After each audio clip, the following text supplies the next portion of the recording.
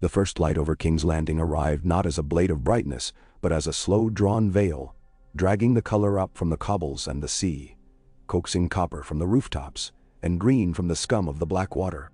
In the high rooms of Maker's Holdfast, the air still held the cool of night and a tang of smoke that never entirely left the Red Keep.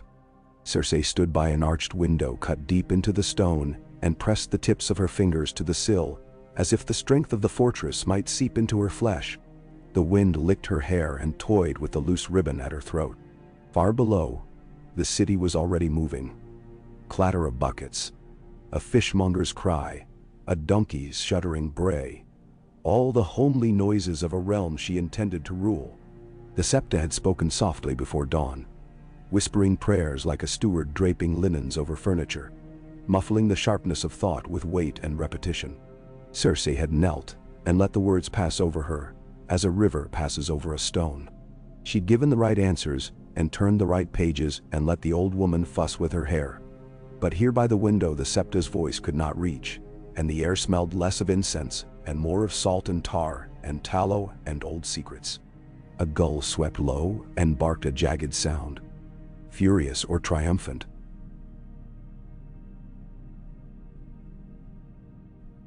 She could not tell.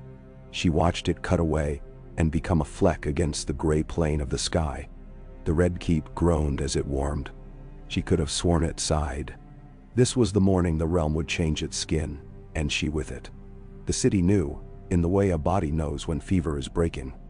On every corner, someone would be telling someone else old stories about dragon kings and lion lords, tasting gold in their mouths when they said Lannister, and tasting iron when they said Targaryen. She had seen it before, the way some whispered to one another's shoulders, as if the name Tywin were a knife they might drop on their feet. Men feared knives.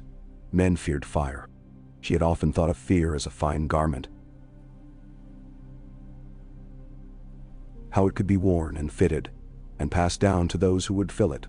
She raised her hand, and the Septa came at once, startled and apologetic, carrying pins and a polite terror.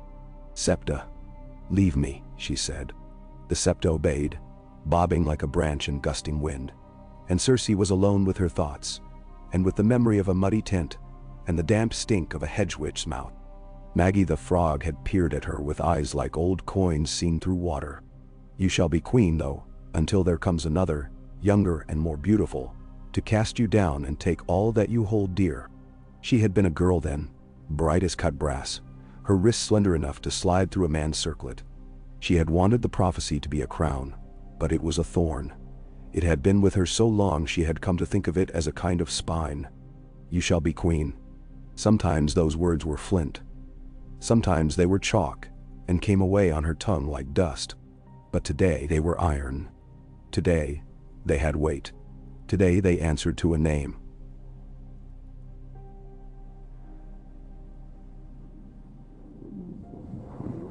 Cersei of House Lannister, to be Cersei of House Targaryen by the will of lords and gods and the fragile, faceted machine of politics that her father wound and set upon the table.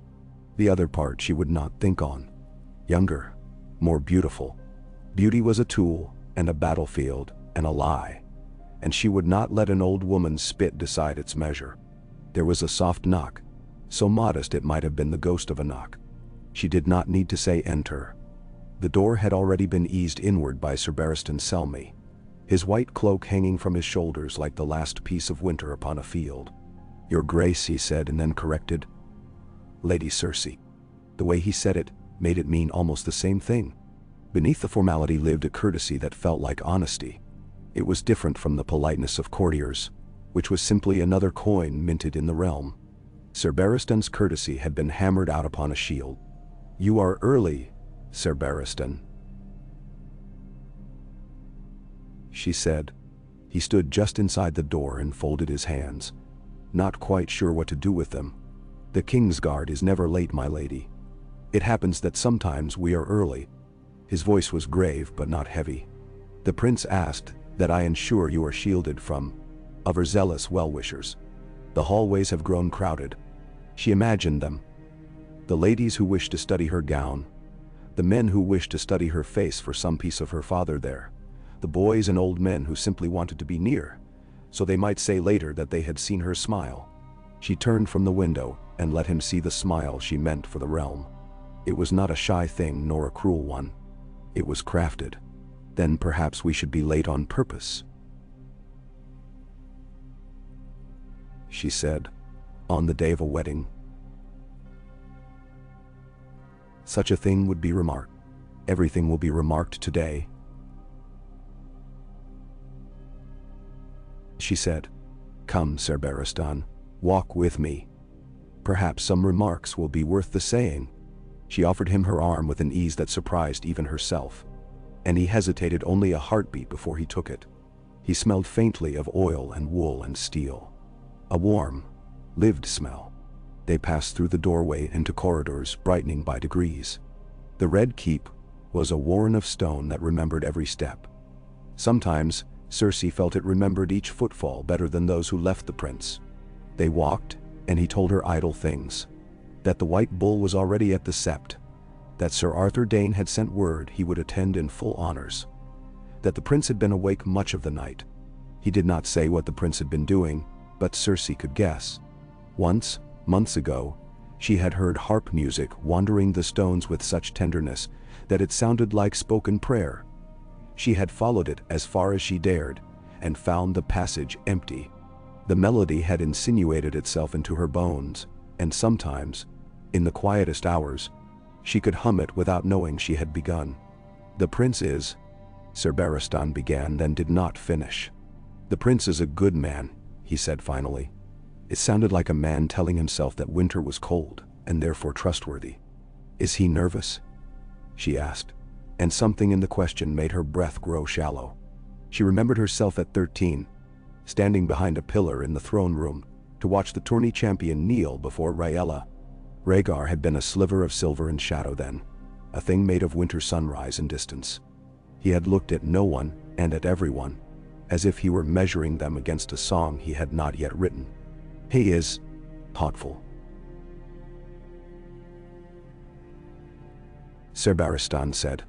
They came upon a knot of servants in Lannister crimson and Targaryen black, the colors accidentally braided as the men passed each other with bowls and cloths.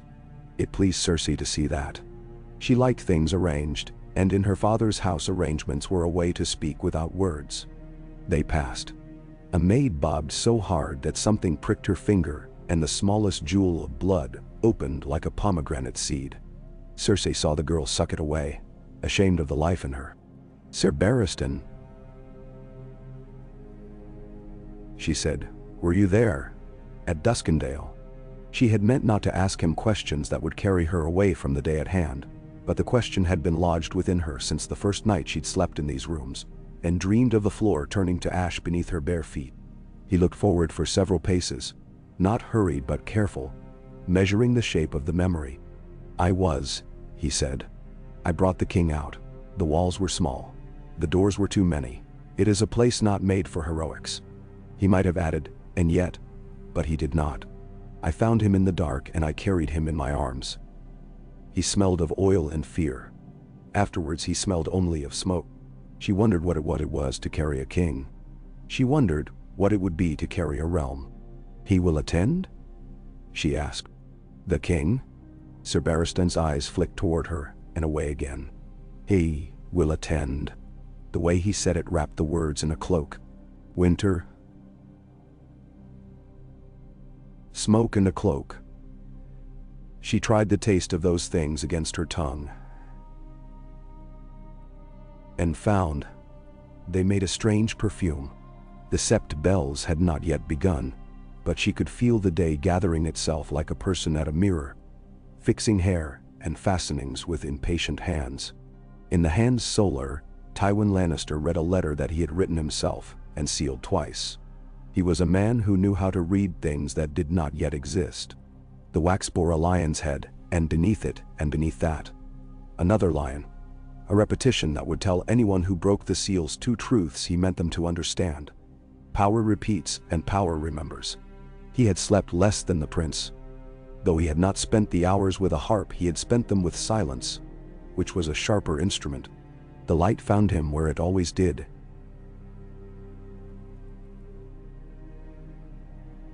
seated with his back to stone and his face to work. The desk was old. He liked old things because they had survived. On the desk were ledgers, a small jar of sand, a folded parchment tied with a yellow string, and a ring of keys whose bite marks matched the hunger of the doors they kept obedient. Kevin stood beside the door, clean-shaven and watchful, his loyalty a garment worn for years and therefore no longer visible. "Brother," he said. Only Tywin could make Kevin say brother as if it were a rank rather than a birthright. "Send it," Tywin said, and lifted his eyes to his brother without bothering to indicate what it was. Kevin took the sealing bag and bowed out. Then Tywin closed his eyes for the space of a breath and saw the thread that ran from Casterly Rock to the Red Keep, from gold to fire, and he tightened his grip on it until it bit the palm. He did not need to see his daughter this morning to know what she would be wearing or how she would move. He had thought it all through the night she was born. Joanna had held the child and whispered something soft, and Tywin had been too close to hear. He had never minded the fierceness of love. He minded its wastefulness. Varys eased out of a corner as if he had been poured there, smooth and pale and formless. "My lord hand," he said, with a little bow that managed to be neither mockery nor respect, and therefore suited both purposes. His lavender scent cut the air with an invisible blade.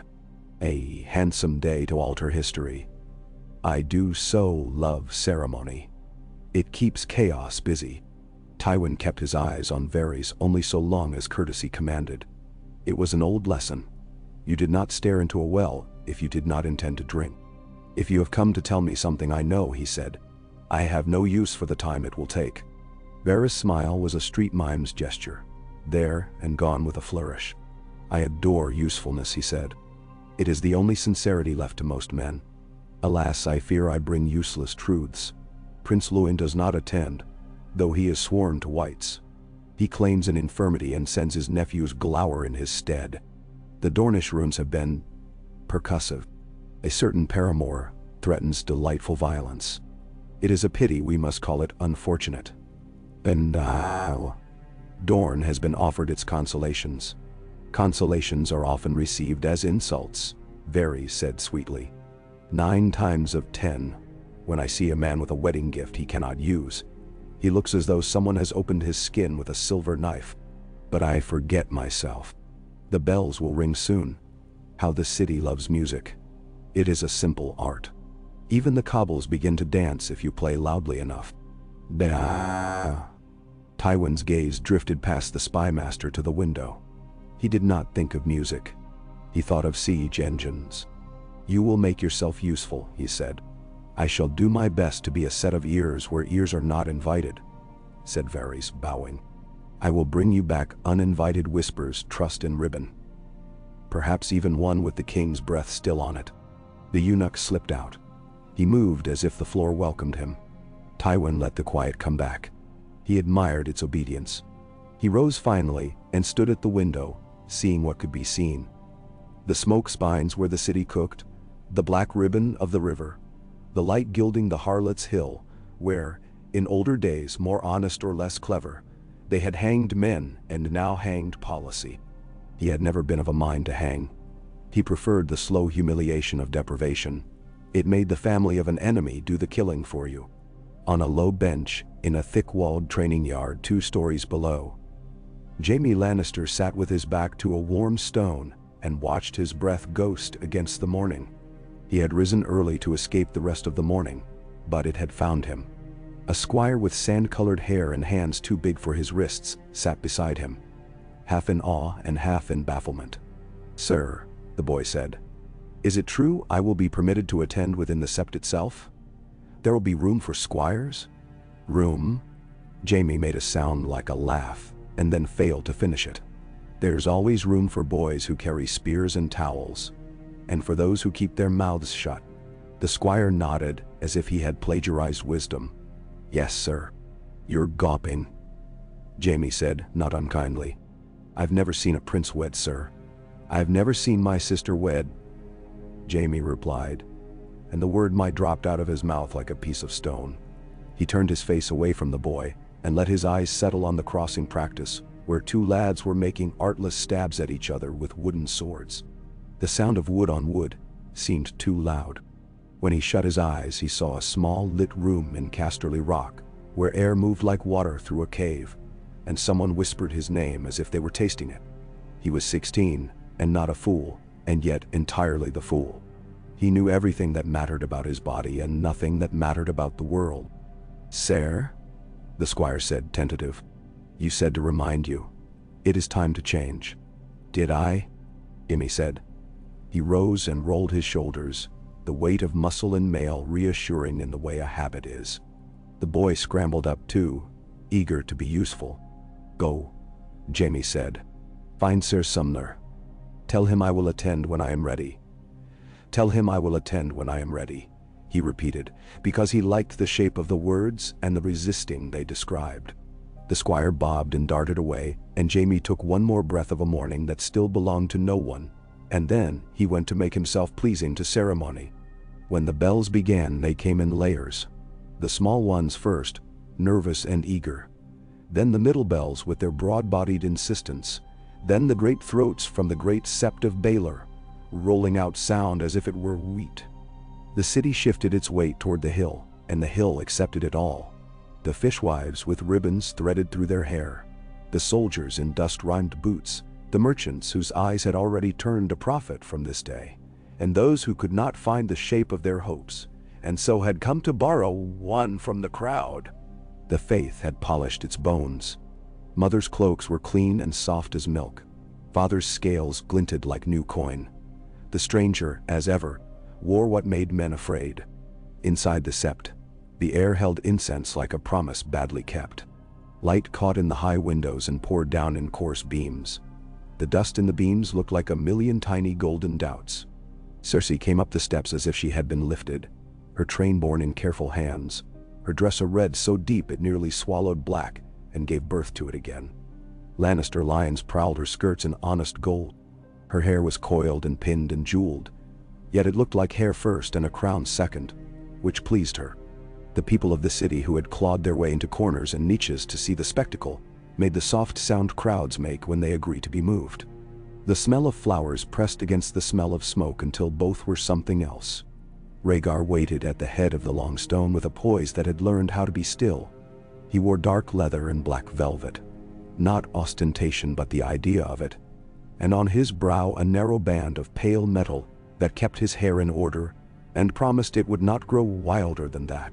He had a beauty that made men angry before they knew why. It was a beauty that did not pretend it had anything to do with them. Arthur Dayne stood at his left, as striking as a carved saint who had put down his sword only out of courtesy to the mother. Gerald Hightower was a sheaf of white in the corner.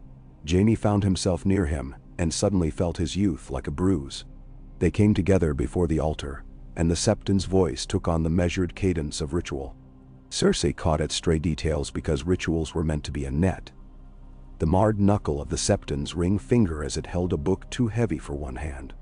The sound a candle made as it drowned in its own fat. The quiet cough of someone who could not hold it longer. She looked at Rhaegar and he looked at her, and for a moment their politeness met and recognized itself. In his eyes she saw not a hearth but a door. He was tall and not fragile at all. He had that Valyrian look that ought to have been thin, but was not. His mouth was as she remembered, not smiling, not refusing.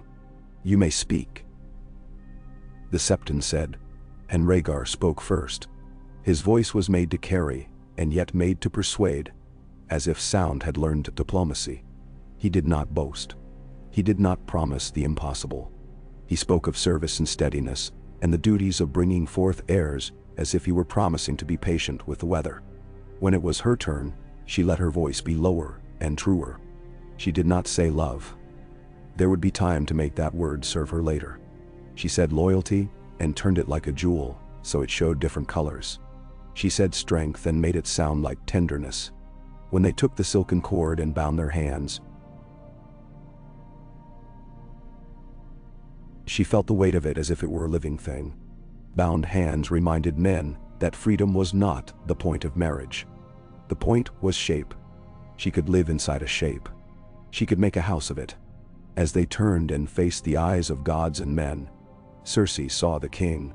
He had come after all, thrown in a cloak that did not fit, his beard ragged as sea rot, his fingernails like the ends of lighters. His eyes were the color of old brass. Rhaegar sat beside him as women sometimes sit beside men they cannot protect. Still, still, still. Aerys smiled at Cersei then, and his smile held too many teeth. She felt the cold run over her skin, and then she smoothed it with her will. She thought, "You will die a king's death, and it will not be mine to give you." She thought this as calmly as a woman ordering wood. The kiss was not a long one. It was precise. He smelled like clean linen and something like winter apples. His mouth was composed and warm. When they parted, sound came down in a shiver from the dome and fell over them, and for a heartbeat she let it run through her like wine. She turned with him and they were led away, the white cloaks closing the path behind them like a stitch. At the feast, the realm wore all its masks at once. Musicians drilled notes into the air until the air surrendered. The meat was pink within and brown without. The wine had been counted and recounted, and men were permitted to pretend it had not. Banners hung from arches and rails in obedient color, red like hearts, black like the space between stars, yellow like long summer wheat. The king drank too swiftly and laughed in coughs and mutterings. Lord Tywin did not laugh. His gaze was an arithmetic that added and subtracted men's use. Cersei sat to Rhaegar's right and learned his silence. She did not mind a silence that had thought in it. Her father's silences were metal. You could see your face in them, but it cost a piece of yourself to do it. Rhaegar's silence felt like a room one might explore. He ate sparingly and with attention, as if food were a message he wished to decode. He listened to Jaime when her brother finally came to offer the formal words he must. Jaime's face had worked itself into the proper shape. Only his eyes rebelled, and only when they were forced to be still. "My lady," he said. "Your Highness," he added, and the second title grated like a fishbone. Cersei lifted a hand to fix a stray hair that did not exist. "Sir Jaime," Rhaegar said. "I am told you held your own with Sir Barristan twice this month." "Sir Barristan was generous twice," Jaime said. His voice wanted to be wit and failed, and embarrassed itself, like a boy with an arm too long. Rhaegar studied him and then smiled. Slightly and sincerely, as if he had seen a thing that pleased him, and wished there to be more of it. It mollified Jaime and stung Cersei at once. Tywin arrived on a tide of subservience he neither summoned nor acknowledged. When he bowed to the king, he bent just far enough that the bow was unmistakable, and not an inch further. When he turned to Cersei and Rhaegar, he did not bow. He stood, and the fact of his standing was its own compliment. "My daughter," he said. Then, "Your Highness." Rhaegar inclined his head. Tywin looked at Cersei for one heartbeat. They exchanged a number of messages in that time, including the one that said, "Be cautious of that which sings." Varys drifted between tables like a careful wind and gathered what men dropped when they laughed. Oberyn Martell sat with a stillness that trembled, smiling with his mouth and not his eyes, his fingers playing with the stem of his cup in the way a man might fondle a knife without pulling it free. Doran spoke rarely, and when he did, the sound trailed after the words like cloth dragging on steps. A great lord of the Reach expounded on the fertility of his orchards, as if he had personally coaxed the pears into sweetness. Men of the Stormlands thumped their cups, as if noise were an argument. The city outside did what cities do. It pushed its luck and got away with some small crimes and punished others as object lessons. When her cup was empty, Cersei let a girl refill it. When her plate was not, she lifted a bite deliberately and chewed with grace. She remembered being 14 and watching Aerys watching a serving girl, and thinking, "There's a kind of hunger that is a weakness." She had never wanted to be hungry in that manner. She wanted to hunger like a hawk. From above, with patience. When the prince stood, the sound took a step backwards in surprise. He did not raise his arms to hush it. He simply waited, and men remembered he was there. "My lords," he said, "my ladies. If I thanked you all individually, we would sit here a week, and none would be thanked. Therefore I thank you together, and I ask that you take a moment with me, now. Not for politics, or for war, or for any matter that grows like mold between men who compete, but for the idea that a realm can be shaped as a harp shapes air. His voice softened slightly on the last words, and in spite of themselves men thought of small rooms and lamplight, and a boy weeping who could not say why. I bid you drink to union. They drank. Some were soothed by the pleasant shapes the words made, some were not. Tywin did not drink to union. He drank to victory, and let the word change its clothing while it went down. Oberyn drank and did not swallow, holding wine in his mouth until it warmed. Aerys drank as a man who would drown if he stopped. Rhaella touched her cup to her lips and then set it aside, the gesture so small it could have been a mistake. Cersei felt the eyes of the realm find her mouth and her shoulders, and the way her hand lay upon the table. She gave them what they needed to call her queen, though no crown had yet touched her hair. It was an old trick. She had practiced it since the first time a man old enough to be her grandfather had tried to speak to her, as if she were either a child or a bride, and she had found the way between. If she smiled, they would say she therefore adored. If she did not, they would say she lacked warmth. So she smiled, and let the smile be a canopy for several different meanings to take shelter beneath it. Later, after the formal shapes had been exhausted, and the bellies of the lords had been paid in kind and music, had become a narcotic rather than a celebration, Rhaegar touched her wrist lightly. "Walk," he said, and she rose with him. The guards from the Kingsguard assembled with the precision of people whose lives had been rid of uncertainty, lest it become nostalgia. They were followed through the corridors by whispers like silk. They came at last to the Gallery of Skulls, not a place an ordinary bride would visit on the night she went to bed a princess. But they were not ordinary. The old dragons lay in their permanent silence, black as the inside of a well, teeth catching torchlight like mail. Valyrian's head required its own alcove and its own language. Cersei felt herself shrink and then harden. Rhaegar stood as if before a piece of music too great for an instrument, and did not kneel, and did not speak. She waited, and the waiting became a piece of herself. When he turned to her, his face was not the prince's face. It was a boy's face, and an old man's face, and a dream's face, and a warrior's face, all taking turns and none sitting still. "I know the story they think of when they look at me," he said at last. "A prince with songs. Songs are not a story. Songs are an argument." Menschau. Cersei had not known he would say that, and it pleased her. First, because it suggested he got outside himself, and second, because it allowed her to do the same. "What argument has been winning?" she asked. "That the world is a poem written badly," he said, surprising himself and enjoying it. "That men end lines where they wish, and not where lines wish to end. That sometimes the rhymes are so loud they drown us out. And that a prince is a rhyme, nothing more and nothing less." He smiled then, not to charm and not to disarm, but in recognition of a small truth. "My lady, forgive me. You did not come here to be made to listen. It is a wife's duty to listen," she said, and watch the word wife land and settle between them. "It is a queen's duty to speak. I will be both." "You expect to be queen," he said. He said it as a man might say, "You expect the sea to be salty." He did not insult her by pretending to be startled. "I was told I would be," she said.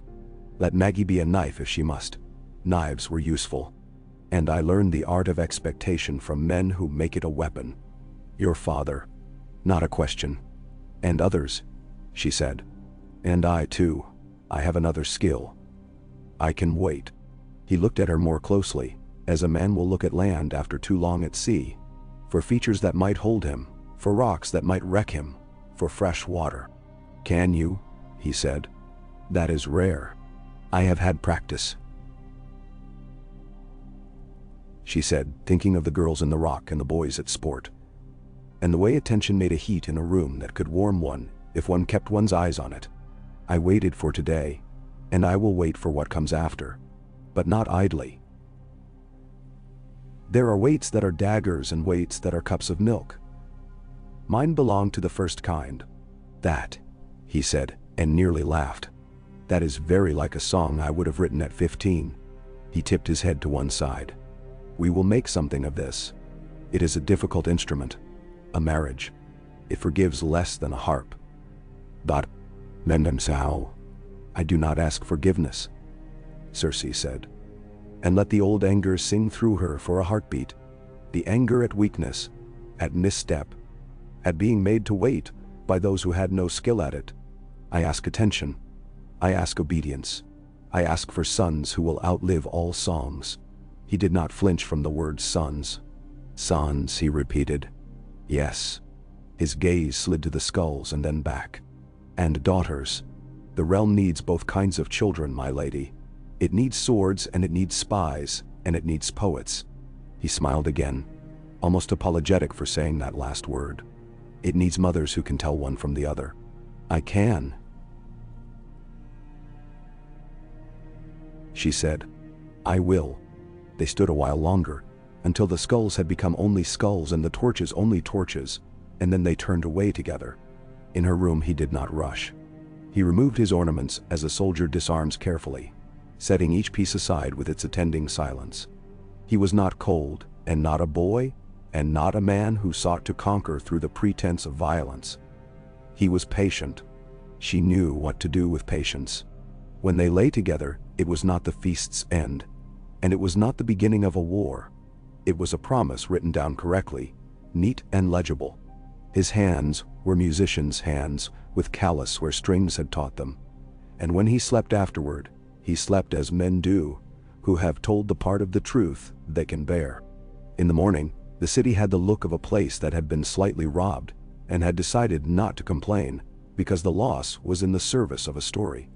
A rag picker had found a small silver comb, and sold it to a trader who would sell it to a lady who would tell her friends where she had bought it, and so make a new map of the city that was not a map of streets. The docks managed to bring in ships and fire off curses and haggle over eels. Life goes on like a mule, stubborn and habitual. But the Red Keep was a different animal. It had narrowed its eyes. Servants moved with a new carefulness. The Kingsguard added steps to their circuits. Pycelle cleared his throat twice before speaking once, as if to wring from his voice any disloyal old man. Aerys had one of his moods and shut himself in a room with 4 alchemists and a pot of something that smoked. Rhaegar sat with a small embroidery hoop, and a thought so thin it would have snapped if touched. Cersei took her mornings as if they were territories. She went first to the small garden that clung to the inner wall where, if one stood in a certain spot, the air tasted of water heavy with chalk. She brushed her fingers across the leaves and watched how they bent. She moved through the long walkway of the Tower of the Hand without comment, letting the servants see her and remember she could appear where they did not expect. She did not avoid the queen. She went to Rhaegar and stood at the right distance and said, "Mother," with elaborate courtesy. And when Rhaegar looked at her, Cersei saw the eyes of a woman who had been spent as if she were coin, and now disliked it but could not afford to complain. "Your Grace," the queen said. "Daughter." Neither word sounded precisely true. They would make them true with repetition, or they would tear them and sew new words in their place. It could be done. Cersei was skilled with needle as well as with blade. At the midday meal, she sat with Rhaegar and Jon Connington, whose hair was the color of autumn in the Riverlands, and whose loyalties were bright and ugly as the banners he would follow into any wind. "Your lordship,"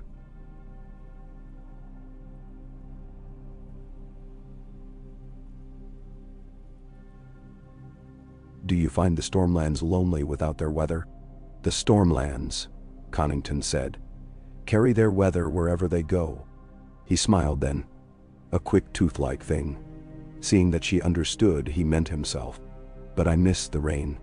The rain is vulgar." Cersei said, "But necessary. It encourages men to seek shelter in the same place, and thus can be a tool of policy."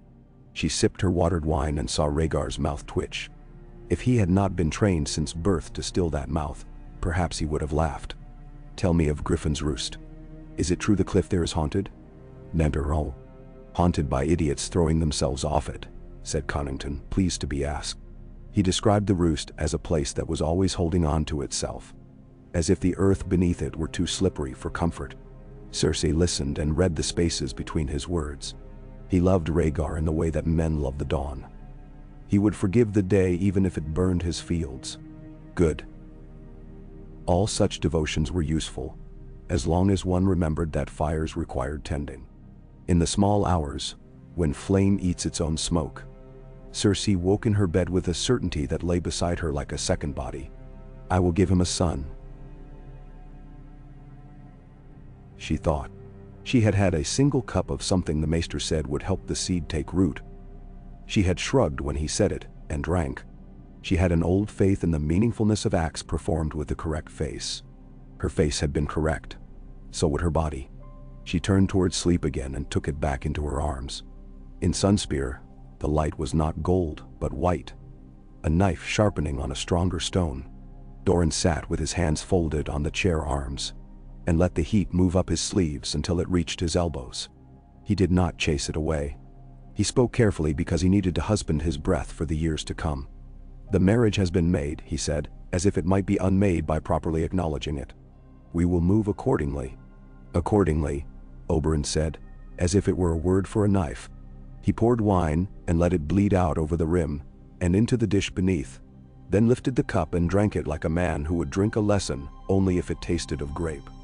Accordingly means someone else gets the prize, and we get the fruit pits to suck. Accordingly means that the lion licks the dragon, and we are expected to purr. He smiled brilliantly. Accordingly means that when I ride north, I will bring my lance and not my compliments.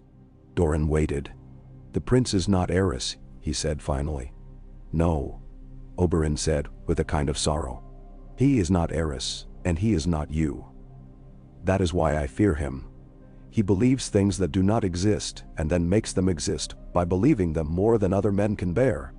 A useful quality in a king, Doran murmured. A terrifying quality in a husband, Oberyn replied. And who will he marry off when he needs to soothe Dorne? A sister he does not possess? Will he give us his mother? He set down the cup so gently it made no sound. Call the banners you can call without snapping them. Dorne can be made to wait, but do not ask it to sleep. I never do, Doran said. He thought of Elia, of her quick hands and quicker wit. There had been a gift that would have suited this moment, and it had not been given. Accordingly, he told himself, and flicked his fingers as if to rid himself of a gnat. Winterfell received the news as Winterfell received all news. It did not change its shape to accommodate it. Eddard Stark read the letter before the gods would, thinking of paper as a poor witness. Brandon laughed and flung his cloak over his shoulder, so that it would billow even though there was no wind. Let the south have its songs, he said. A man is as much king as the land he can feed, and the men he can lift when they fall. He clapped Ned's shoulder and left to ride and shout the men who liked to be shouted at, because it meant they mattered to someone. Lyanna stood beneath the heart tree and said, without looking at her brother, a dragon married to a lion. There will be cubs with wings. They will fly and they will not know where to land. What do you want to land? Ned asked. She picked a flake of bark off the trunk and rubbed it between forefinger and thumb until it was dust. I want to land where no one tells me to land, she said. The world is a cliff, he said. Men put watchtowers on cliffs and call them keeps. Perhaps I will be a wave, Lyanna said. Those break stone. She smiled at him then, sudden and fierce. Her hair escaped its thong and she did not mend it. Ned thought of how the South turned girls into ladies by binding their hair. He imagined a thread pulling until all life was neat. He preferred mess. He did not know he preferred it until he thought of her hair tied. At Storm's End, Robert Baratheon drank to the health of a woman he did not know, and then drank to the ruin of a prince he did not yet hate. 7 hells, he said to whoever was there to hear it. Targaryens and their pretty words. Give me a hammer. The men around him laughed because laughter was payment enough for moods such as his. Jon Arryn set down his cup and watched the boy he had made a man out of, and wondered if he had done it correctly, and whether anyone ever had. If the realm had expected Rhaegar to be transformed by matrimony into a version of himself that could be kept on a shelf and taken down to behave, it was disappointed. He kept his mornings for study and sparring. He met with maesters and men who had once been maesters and men who wished they had been anything but themselves. He played his harp where no one could find him. He went to the Street of Silk once and spoke to an old woman who told him he looked like a storm that had chosen to blow through a city rather than past it. He listened to petitioners until he could say their words with them. He sat in the council chamber and sometimes said nothing for an hour, and then offered 3 sentences whose weight changed the table's angle. Tywin watched him the way a hunter watches a large cat, with admiration and contingency plans. Cersei learned the workings of the keep the way other women learned their letters. She knew which cooks allowed themselves to be begged. She knew when the scullions were most likely to be in love, and therefore most likely to have their tongues loosened. She knew which white cloaks were blind on their right side and which on their left. She knew which page boys saw more than their futures warranted and how to use their futures to make them see less. She learned the roads through the keep that no one could explain, that were simply there because men had needed them once. She found a door behind a tapestry of Nymeria that led out near the rookery stairs, and once she took it and found Rhaegar there, leaning against the smoothness of the wall and looking at nothing. "Your Grace," Cersei said, and Rhaegar's mouth shaped the word daughter, as a woman forms a stitch. They passed, an exchange of silk. In the 2nd month, Cersei's blood did not come. She told only one person, her reflection. She watched herself receive the news. She was good at watching herself. She studied how the mouth lifted, and the eye steadied, and the chin refused to move. She did not tell her father yet. She did not tell Rhaegar immediately. She waited to be sure. She drank the broth Pycelle suggested, and pretended it was useful, and told him to be quiet when he began to tell her a story about a cow. She went in the mornings to the little garden and thanked the leaves for their obedience. When she told Rhaegar he was looking at a map, or perhaps he was looking through it, she touched the paper where the trident wrinkled like a thin hand. "It is too early to speak of what to name," she said, forestalling the softness she saw approach his mouth. "I think of names as doors," he said after a moment. "When you name something you make it possible to enter." "But yes," he said, and folded the map cleanly. "Yes, I am glad," he said, and his eyes filled with the sun Cersei had not yet seen and had not expected. He crossed the space between them as a man crosses a narrow stream. He touched her once at the shoulder and once at the wrist, as if testing for the truths within. "You have done it," he said. "I have done nothing yet," she told him. "This work is only beginning. It is a labor," he said. "We will praise you," he added, and smiled a smaller smile for the jest, and watched whether she would accept it. "I will praise myself," she said. Others may echo. That night they lay together again, and there was a new patience, one that honored the fact of her body and the timing of the child within it. He spoke less afterward and held her waist where it curved like a bow. She could hear his breath rather than his words. She found she did not mind. She slept. In the council chamber, an ink blot spread upon the leather of the table, and white fingers lifted and set down small weights of information. Pycelle droned. Varys made a soft skein of words to wrap a sharp report. The master of ships. Stannis' predecessor, who had not yet died, complained about soundings and rot, and offered the inevitable metaphor about men being like ships. Tywin said little and injured with it. Rhaegar said, "We will sponsor a tourney." "A tourney," the king said, his voice suddenly and surprisingly sharp, as if he had woken from a bog of wine to seize a familiar weapon. "A tourney," he repeated. "To make lords glad? To make fools richer?" His hair stood like a field before harvest. His hands were very clean today. "Shall we send a purse to every hedge knight and beg him to sing my praises?" He laughed, and his tongue flickered. "Shall we string the prize money on a wire and garrote the realm?" "It will be a great one," Rhaegar said mildly. "Greatness itself is a message. We will tie it to a place that needs one. Dol. It will be costly," Tywin said, polite and implacable. "Not if the realm pays," Aerys said. And at this the table smiled the way a table smiles when a cup is set down roughly. "I will have the pyromancers light the night," he added, intimate as a lover. "We will light the night for days. It will be remembered," he said, and his face seemed to pull at its own skin. And my son will crown his lion a queen. And then, perhaps he will crown another and another. He did not finish. He was recalling something, and the memory ate the words. We will have the tourney, Rhaegar said, ignoring the madness, speaking to the parts of the room that could hear. We will make of it a court, and then of that a judgment. Men reveal themselves when their horses run. He looked to Tywin. We will find out who wishes us harm by the way they spend their coin. My lord Hand, there are books you keep that do not reach the table. Keep them, use them. Tywin's eyes warmed a degree. This was a language he liked. He inclined his head, and Cersei, though not present, would have known how small a movement that was, and how loud. In the White Sword Tower, Arthur Dayne cleaned on with movements that were not rituals only because rituals required belief, and he had only duty. Gerald Hightower watched him and said nothing for a long time, and then said, "The king is brittle." It was like remarking on weather in the mountains. "He will cut men then," Arthur said. "Likely those who try to bend him." Gerald replied, "We must attend to the prince." "We do," Arthur said. "We will more," said Gerald. "There is something in him that wants to move, and will carry us with it, whether we will or no. We must stand where we can be seen when the world looks to him for place." "Ben?" "And the lion girl," Arthur said.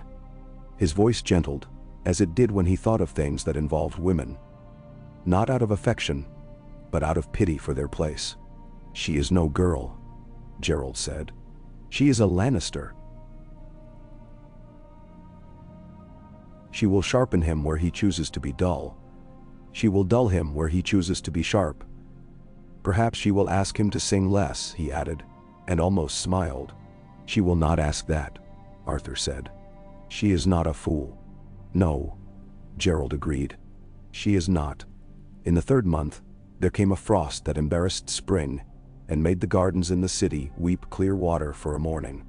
Cersei walked among the beds and felt the ground's treachery beneath her slippers. She knew all treacheries were only men asking for something they were ashamed to want. She passed a hedge, and Sir Jaime stepped out from behind it, like a planned surprise. He wore no armor. He wore the expression of a man who had been rehearsing for too long and had not reached his line. "Sister," he said. "Jaime," she said. The name was smoke in her mouth, sweet and then gone. She had not spoken to him alone since the wedding because she had understood at once what must be done and what must be avoided if she wished to live to see the parts of the prophecy that would serve her. He had avoided her and thought it great sacrifice. She had avoided him and thought it ordinary skill. "You look," he began, then stopped. He did not want to say beautiful, because that would sound like permission. "You look like Mother did when she was with you," he said instead. And for a moment she loved him as one loves a falcon that returns to the wrist. The line had not been rehearsed. It had been true. "You will not be made to wear white," she said. "This, I will make sure of."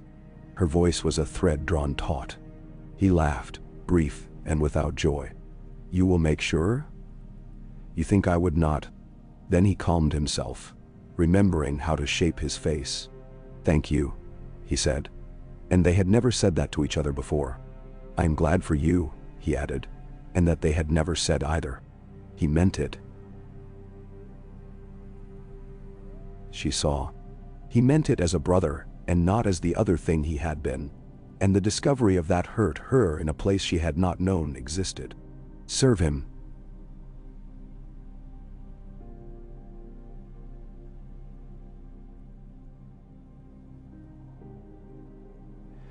Because it was the thing that would put him to use without putting him before her. "Serve him well. Serve me better." She lifted her chin. "You will do it because you are good at the things men see first. Dog. Am I?"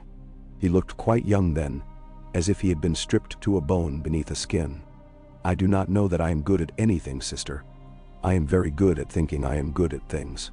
"Bendo. You are good at this," she said, and put her palm to his cheek as one might put a hand to a horse's neck to calm it. "You will be the man men talk about when they talk about other men. That is all they truly want. Let them have it and feed yourself the rest." She drew her hand back. "And keep away from the king when he calls. Let the bulls answer that bell." Her eyes flicked toward the white sword tower, and a piece of Jaime's vanity was soothed by her knowledge. Go. He went. He did not look back. Cersei stood alone and felt for the small, stubborn pulse beneath her navel. The child stirred like a fish might if a hand slid through water. She smiled into the harmless cold. The tourney that would later be called the tourney came together like a tapestry. First as a rumor, then as a loom, then as a picture you could touch. Rhaegar threw himself into the work the way other men threw themselves into war. He wrote letters in his own hand to lords who had not expected to receive them. He visited craftsmen and made them talk to him until they felt they had been flattered into truth. He listened to the money speak through Tywin's accountants and restrained the numbers gently until they behaved. He chose Harrenhal because it was a ruin that had refused to learn its lesson, and because it stood at the neck of the realm like a question. "We will make a court there," he said to Cersei. Late, in the soft light of the hour, when lamps are surrendered and moonlight makes its first argument, men will come because there is something in men that cannot resist a show. "You will crown the fairest," Cersei said. She reclined upon pillows that were not adequate to their task, and resented that even as she exulted in the rightness of their inadequacy, her breasts ached gently. "You will crown the fairest, and the realm will see what it ought to see." "Yes," he said, and looked at her with an expression that was uncharacteristically simple, so that for a moment she saw the boy within his discipline. "Yes," he said again, as if speaking to more than one listener. "I will dress to be crowned," she said, a smile thin as a line of blood. "You always dress to be crowned," he replied, and there was fondness in it. The fondness startled her, the way a drink will reek of wood smoke when the bark had been burned years before. She filed it away. Fondness could be minted now and used later. As the day approached, the king grew stranger. He sometimes spoke to Cersei as a man might speak to a painting of a woman he hated, confiding and obscene. He sometimes spoke to Rhaegar not at all. He devoted long hours to his green men in their green tower, and Pycelle emerged smelling faintly of burnt sugar. Varys' whispers grew faster and shallower, a brook in snowmelt. Tywin compiled his lists and sent letters sealed in a manner that told men his kindness had limits, and that they would meet them if they were thrifty with gratitude. Cersei watched and did not interfere because she had not yet learned enough to know which interference would be useful. The child within her made slow, deliberate demands.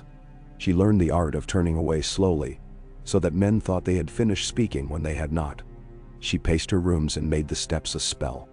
On the morning they would leave for Harrenhal, a thin fog lay upon the river like an unnecessary scarf. The masts of ships stuck through it in surly fashion. The Red Keep had that evicted feeling any house gets when it must disgorge its important people, as if it resents being left alone with its servants. Rhaella stood by a window and did not wave. Aerys shouted at a stable boy, and then laughed and fed the boy a pear, and then struck him so hard the pear burst and made its apology in juice. Tywin took one look at the saddles and sent men to fetch different ones. Rhaegar came out with his harp case under his arm. Cersei, already on her palfrey, looked at the case and did not say what she had learned to say about music and kings. She smiled instead with her lips and kept the other parts of her face aloof. When the procession moved, a cheer went up from the crowd, and it was like the cheer for a man who had brought meat home after a bad winter. They set their wheels upon the King's Road, and the King's Road accepted them without surprise. It had seen men leave to die before. They rode. The land changed its clothes as they passed. The cheeks of hills wore blush, and then were stern. The spring grasses were cocky, and then bowed beneath late rain. At an inn called the Maiden's Kiss for a carving of a woman whose smile had been worn off by many fingers, they spent a night and a song. Rhaegar played, asked to by no one, and men wept whose tears had nothing to do with music. Cersei watched them, and though she thought herself contemptuous of weeping, she found a piece of herself softened, as a wall will soften beneath ivy that offers shade. She did not forgive the men for it. She simply adjusted her map of them. John Connington kept their pace even. Arthur Dane kept their peace, politely reminding men that their impulse to test legends would look better if it included their departure. Jaime kept his temper because the alternative would have used him so thoroughly that no part of him would be left for anything else. Varys kept to his carriage and sent whispers out like moths. Tywin kept the accounts current and the discomfort honest. On the third evening, a woman on the road gave them a loaf of bread and blessed them in the name of the Father and in the name of an old river spirit that had not been prayed to in 100 years. Cersei accepted the loaf and cut it cleanly and returned half, not because she was generous, but because she was not a fool. The woman said to her, "There is a hole in the world where the wind goes through, and most of us cannot hear it. But sometimes a lady hears it. Can you hear it?" Cersei said, "I hear only what I mean to." And the woman laughed, pleased as if she had been told one of her daughters had married well. Closer to Harrenhal, the very air seemed to remember fire. The ruins showed themselves reluctantly around a bend, a black hand rising in warning. They slept in tents because the castle ate light and spit it back as something else. Men walked carefully and doffed their hats without knowing they had. The lake lay to one side like a coin dropped by a god who did not care to retrieve it. The lists were being measured out, prettied, and then dirtied again. The steward who oversaw the work had a voice like straw and competence thicker than that. Squires sprinted, knights swaggered, whores emerged like rabbits when a cart overturned. It was, in short, the realm in miniature, and it had come to see itself and be seen. Cersei chose a pavilion stretched in red and black, where men would know to come if they wished to matter. She set her chair near the edge of shadow and light,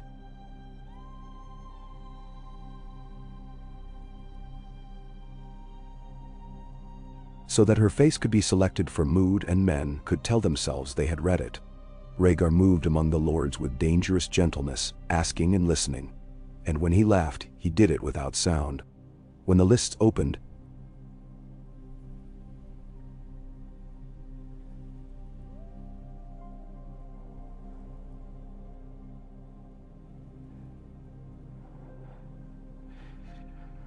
she had no interest in tilts before this day.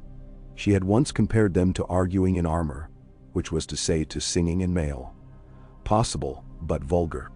Now she watched, because men staked portions of themselves upon the impact, and she needed to understand how much each man possessed, and how many times he would stake it before he went hungry. She saw the Hightower knight ride, as if his spine had borrowed a spear. She saw Riverland's lord fall, and remember his father's laugh, and stand and bow to no one in particular. She saw a hedge knight lean from his saddle, as if bowing to a lover, and then collect a purse that would make him a louder man for 6 months. The wind changed directions twice and the banners learned quickly. Rhaegar rode only once, at first. He made the gesture a courtesy, and yet it had the shape of a threat. He was beautiful in armor, in a way that insulted men who had paid for beauty with scars. He unhorsed a man who thought himself invincible, and did it as gently as a man might take a cup from a child. The crowd laughed the way a field laughs when wind moves through it. Cersei watched him turn his horse and lift his lance, and she thought, "Good.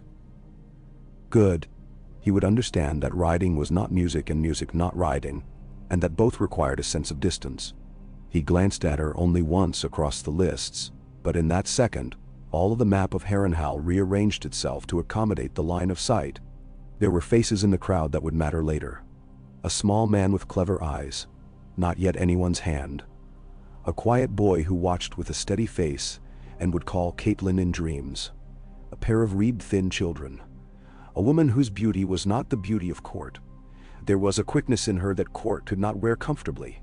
Her hair ran like a brown horse, and would not be combed into docility by southern hands. Cersei's eye passed over Lyanna Stark and did not snag. Not yet, because Lyanna was not looking to be caught. She was looking for a place to run. At night in the prince's pavilion they spoke softly, and without yet saying the things the realm would have them say. "You watched today," Rhaegar said. "Yes, if you were counting." "I was," Cersei said. "I counted how many men flinched, and how many men smiled, and how many men were careful not to be seen flinching or smiling." "You counted smiles?" He turned his head toward her, amused and interested. "What are they worth?" "Less than coin," she said. "More than vows." "And a crown?" he asked. "A crown is worth what the people believe of it," she said. My father makes men believe. So do you, in a different language. I will make them believe too, and I will not lie to do it. I will use the truth and my face, and it will be enough. Now. He looked at her with that sun and eyes expression again. You will be queen, he said, not because of prophecy, but because it was sensible. It was a strange relief to her to hear it said without superstition. He played then, because his hands asked to, and the song that came was not yet a song he would be famous for. It had winter in it without cruelty, and summer without laziness. It had a march and a voyage, and an arrival. She listened and did not ask it to flatter her. She accepted the music as one accepts weather. When he finished, she laid her hand over his on the harp's neck.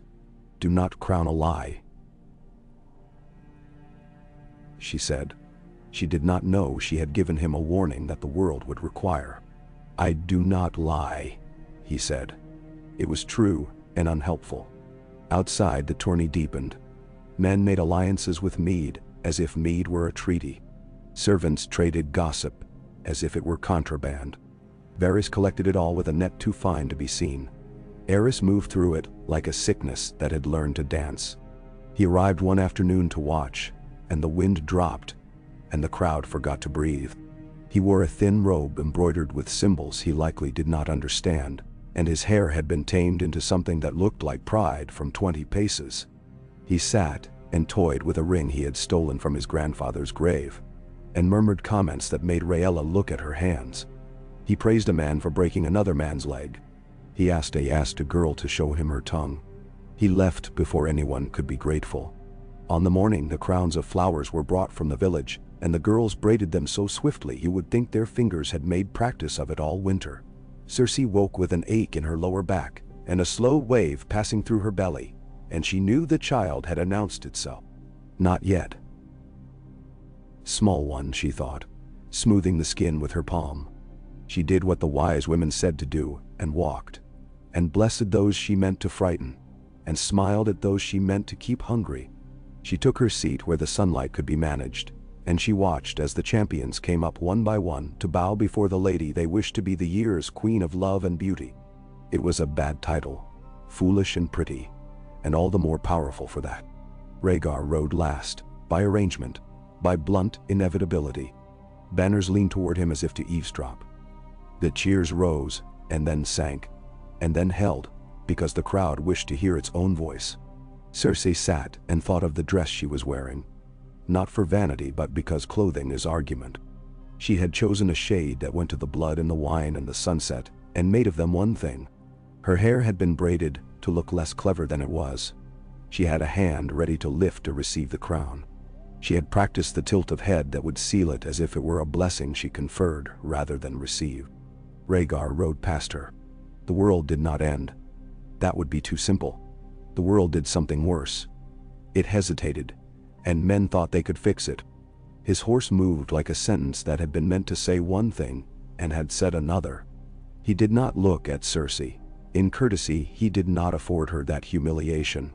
He moved to where the Stark girl sat, looking like the North had sent an apology dressed as a soft threat, and he placed the crown into her lap because he could not place it upon her head. The crowd made a sound like a table breaking. Eris laughed and laughed and laughed until his voice went thin and sharp. Tywin's mouth became not a mouth but a wound that had healed incorrectly.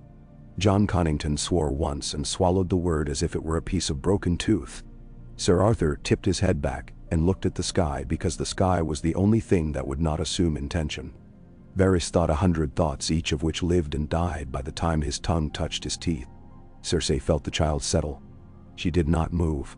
If she had raised her hand, then someone might have survived. She did not know who. She sat very still because she understood the importance of stillness at once. She looked at Rhaegar as he bowed to the girl whose eyes were storm water and dirt, and something else. Something like a refusal to be made into anything at all. Cersei did not hate the girl. She did not have the luxury of such simple things. She watched. She learned. She lowered her chin a fraction. It was a gesture of acceptance that men would argue about later and turn into the kind of story that weeps when forced to work. When the day was over, when the tents had been shut against the night, and the lake had put on its darkness anew. Rhaegar came to her and stood like a penitent who was not penitent.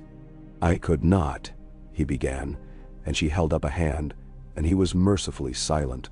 "You could," she said softly, "because nothing louder would fit. You did. There is—" He searched his words like a man patting his body for a blade. "There is a necessity," he said, and immediately despised the word. "There is a song I have been trying to finish for years, and it needs a face," she said. "It needs the North. It needs the future," he said, and for the first time, she heard fear. Not of men. Of fate. He looked at her then. Truly looked. And he saw not the wife he had expected, and not the queen he had been told to worship, but the particular woman who wore those things as if they had been cut for her. "I will not shame you," he said, and meant it coldly and completely. "I will not harm you. I will—" "You will do as you think you must," she said. "And I will do as I must." She stood, and the child within her made itself heavier for a moment, reminding her of its opinion. "You will not find me soft," she added, and this strangely moved him. "I have never thought you soft," he said. "Good."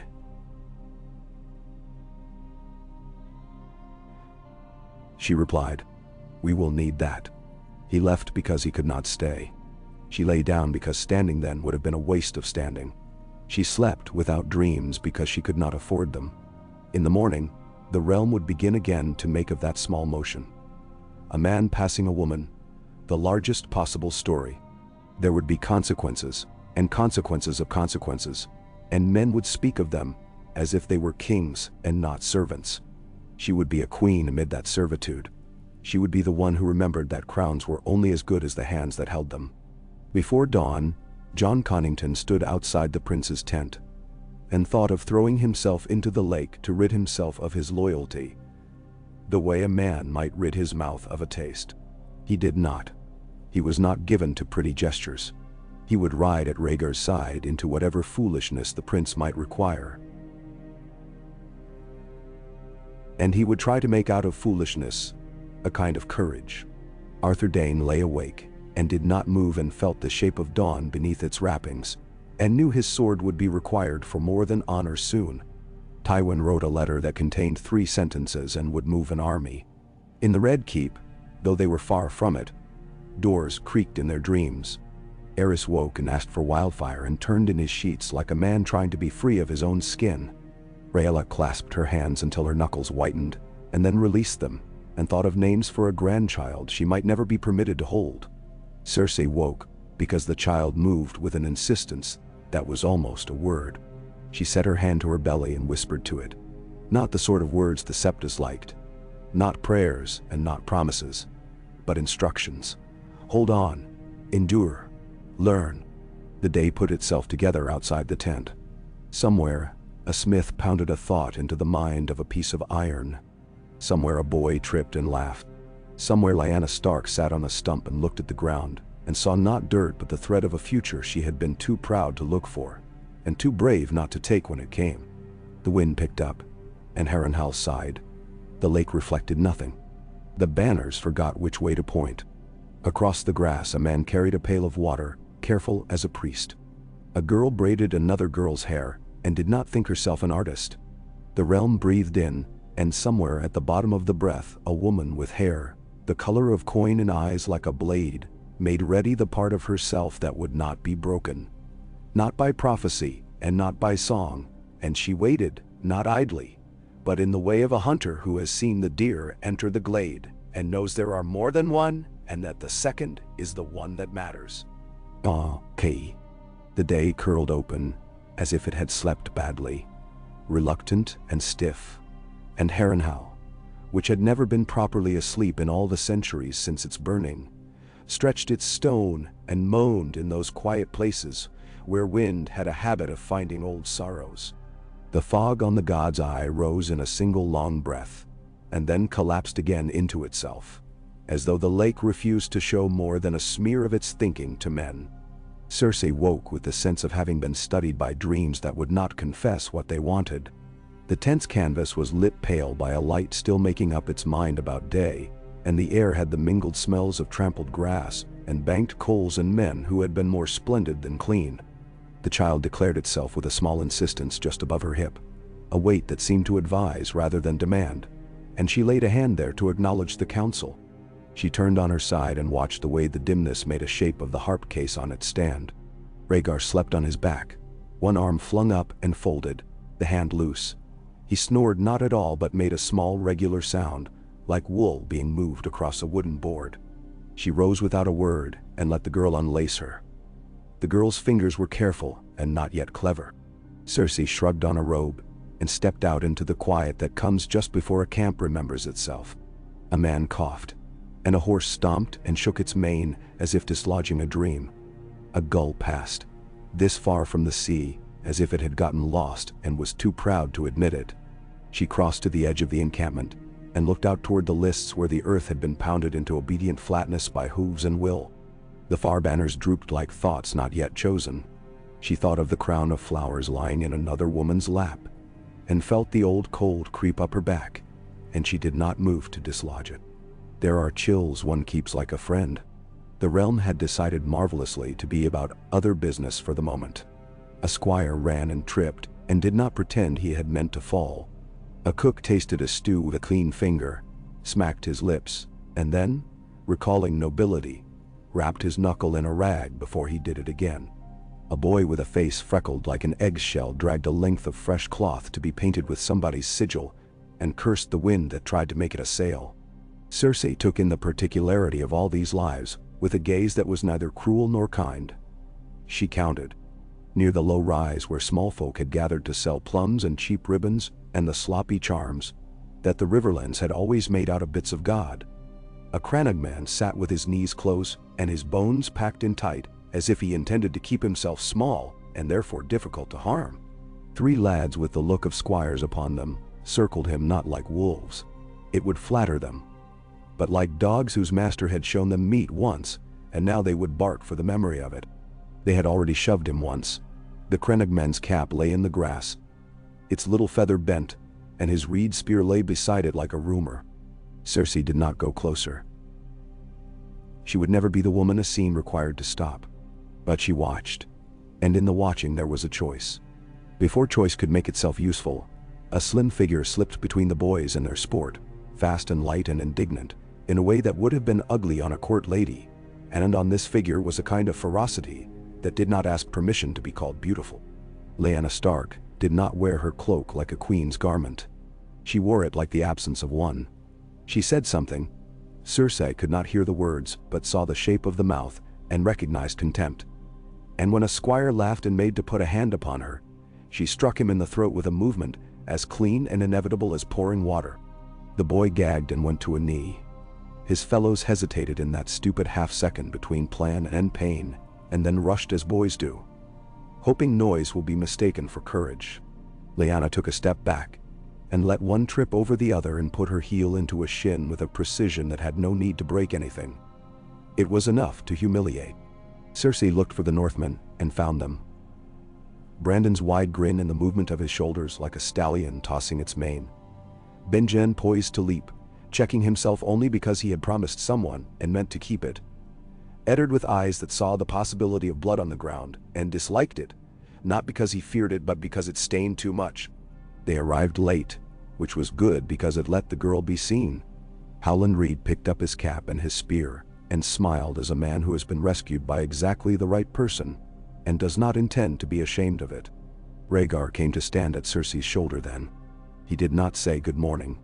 He looked with the attention he gave maps and music, and when Lyanna felt that look upon her, she turned not as a court lady would have turned, to measure and to manage, but simply as a living thing turned towards sound. She strode past the boys who had wounded their dignity and came face to face with the prince. And there was in her bearing none of the care the South puts on its women to keep them from stepping on the men's meanings by accident. Rhaegar bowed, not because she was a lady of a great house, but because courtesy is a way of acknowledging power one has not given. Her eyes were startled and then not. They were the color of a cold river where it runs shallow over rock. "Lady," he said. He had made of the single word both apology and invitation. She nodded as if she had been given a dull knife, and would take it as payment all the same if there was no better coin. Cersei did not move. The child rolled once, impatient or amused. Wind came and made a small theater of the canvas flaps, and the day opened its eye. By the time the lists began, the tale of the Crannog man and the wolf maid had been chewed and salted, and offered from mouth to mouth, until it was digestible by those who needed such things to have a moral. The moral varied according to the tellers: that the north bred wild beasts and should be admired or feared, that the riverlands had grown soft and should be scolded, that princes should stay away from marsh men and their magic, that ladies should stay where lace could be kept clean. The three squires who had felt Lyanna's sense of proportion scuttled in the lee of their knights, and pretended to themselves that they had been ambushed by the failure of weather rather than their own foolishness. Cersei took her seat where she might be seen from half the yard, and where sun could be both avoided and used. The lords came with their ladies in that theatrical rush the South practiced when there was nothing else to be done. Color piled upon color until one could forget the gray beneath.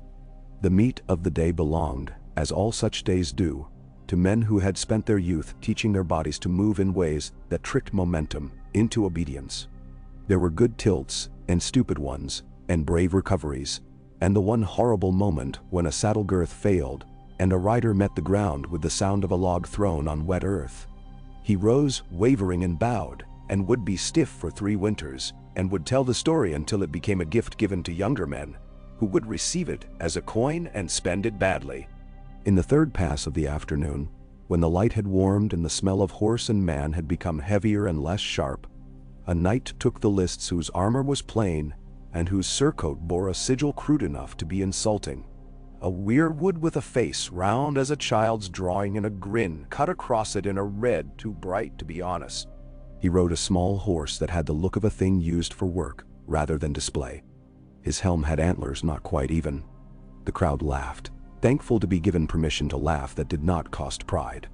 The knight tilted his lance in the courteous salute, and then, when the signal fell, he lowered the point with an economy that seemed to belong to someone who had given thought to this moment while doing something else. He broke a visor as cleanly as one might split a stick. He unhorsed a man who put strength into the part of his body that would be easiest to jar. He turned the horse in so small a space men whistled for the horsemanship more loudly than they would have had the steed been splendid enough to flatter their taste. The Knight of the Laughing Tree, men called him, as if naming a thing made it theirs. He rode the next day and the next, taking purses and handing them at once to a reed slim man with a cap feather mended by a girl's fingers, and saying, in a voice artfully muffled, that each knight who had had the ill luck to be his opponent would do better to teach his squires courtesy before anything else.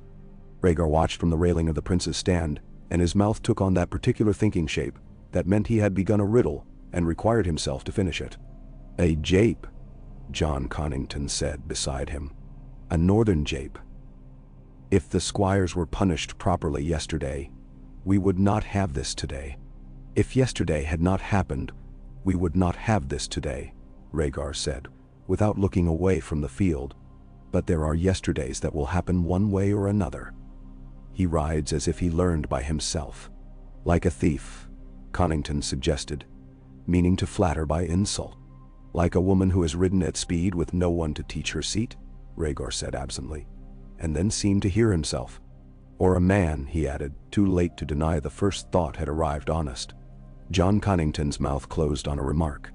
Arthur Dane glanced across, and their eyes held for a moment, and Arthur thought, there it is, he will go hunting. At sunset, long shadows banded the ground like forgotten lattices. Rhaegar stepped down from the stand and broke the order of the evening as he often did, moving without guard where men believed guarding him to be their duty and privilege. He did not take the path nearest to the pavilion. He moved instead along the edge of the camp to where the lake's rim made a lip of wet grass and reeds. He had a talent for finding the heart of a thing by walking around its edges until it confessed. He found the place where an ordinary horse had left an immodest amount of ordinary dung, and where a small horse had left small, neat proofs of presence. He found a broken reed that had been split as carefully as a man splits wood for kindling. He found a print that could have belonged to a boy, or to a woman with a boy's foot. He followed it away from the water toward a stand of trees too young to be weir, too old to be scrub. Arthur Dane arrived at the tree line with 2 men in white, and found Rhaegar crouched and looking, his finger hovering above a scuff as if not to disturb a page. There was a shield propped against a birch, the painted face moon laughing like a wound that had been made into a mouth. The leather straps on its back were set for a small arm.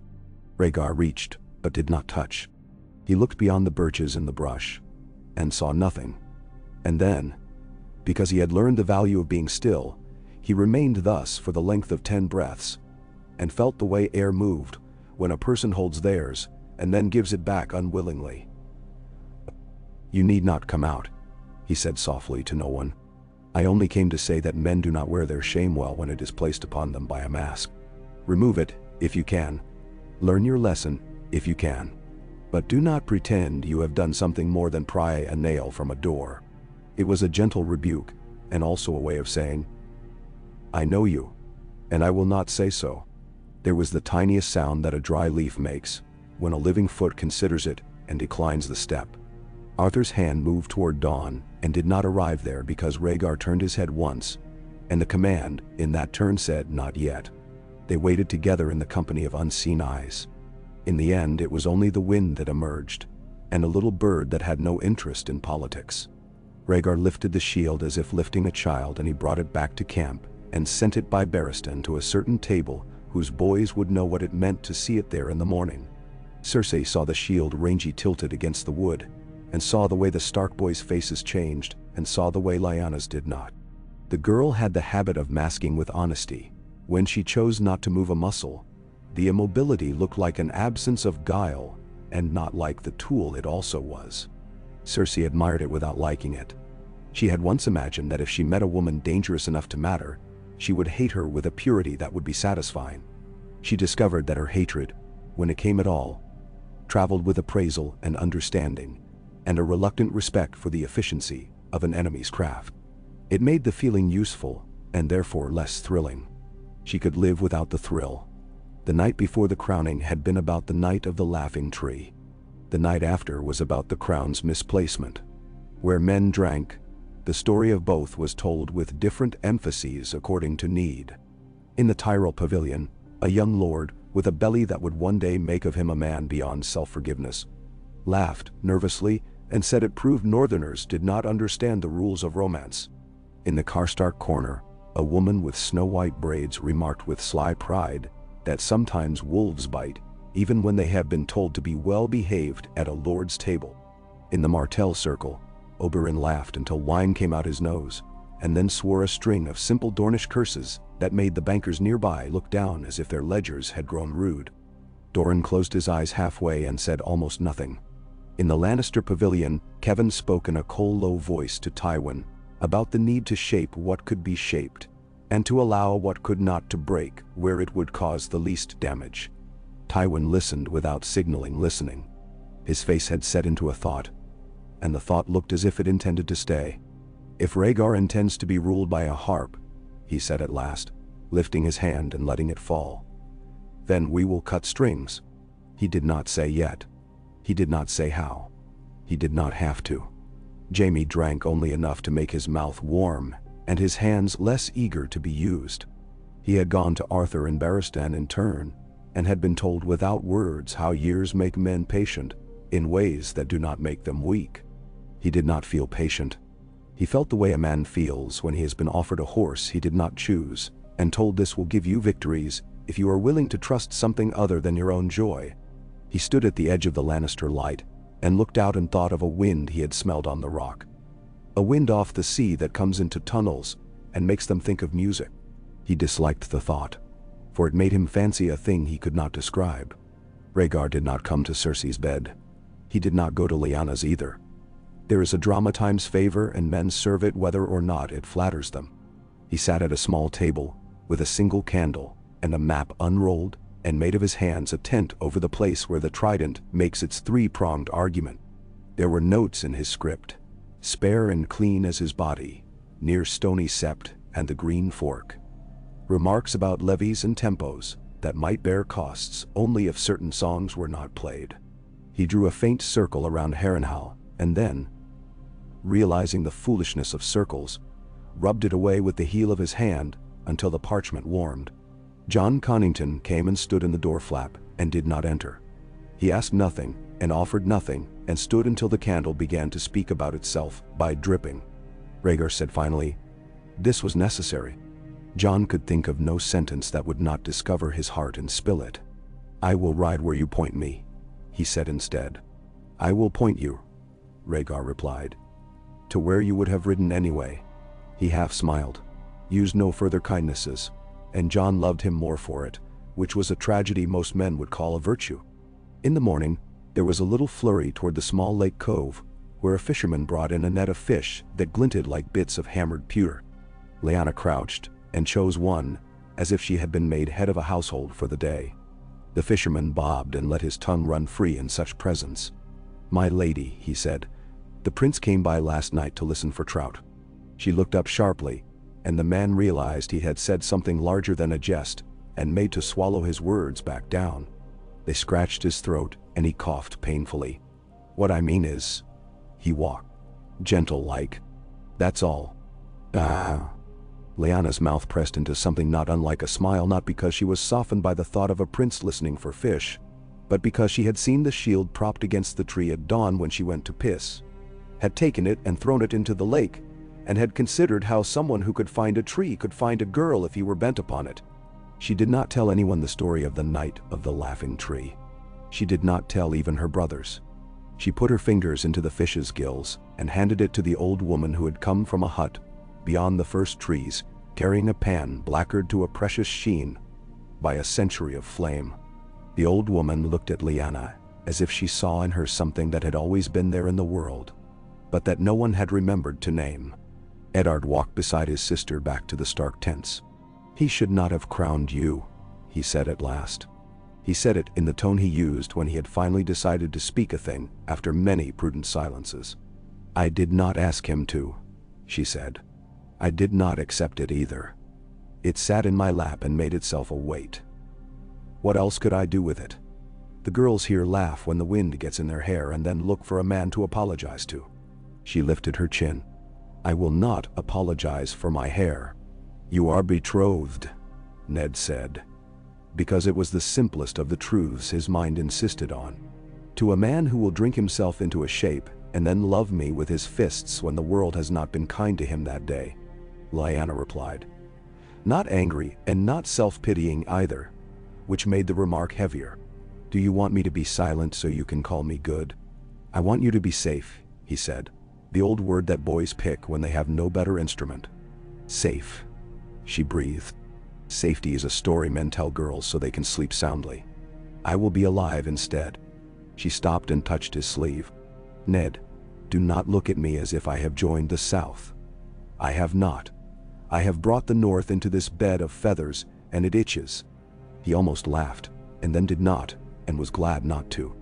Brandon will fight the sky if it rains on his idea," Lyanna said. And now she did laugh.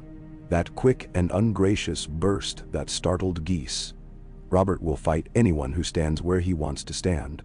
Father will consider all the words and pick the one that gives him the most honor at noon and the most sleep at night. And you will say nothing and pick up a sword when speaking fails, and you will keep your eyes open when most men close them.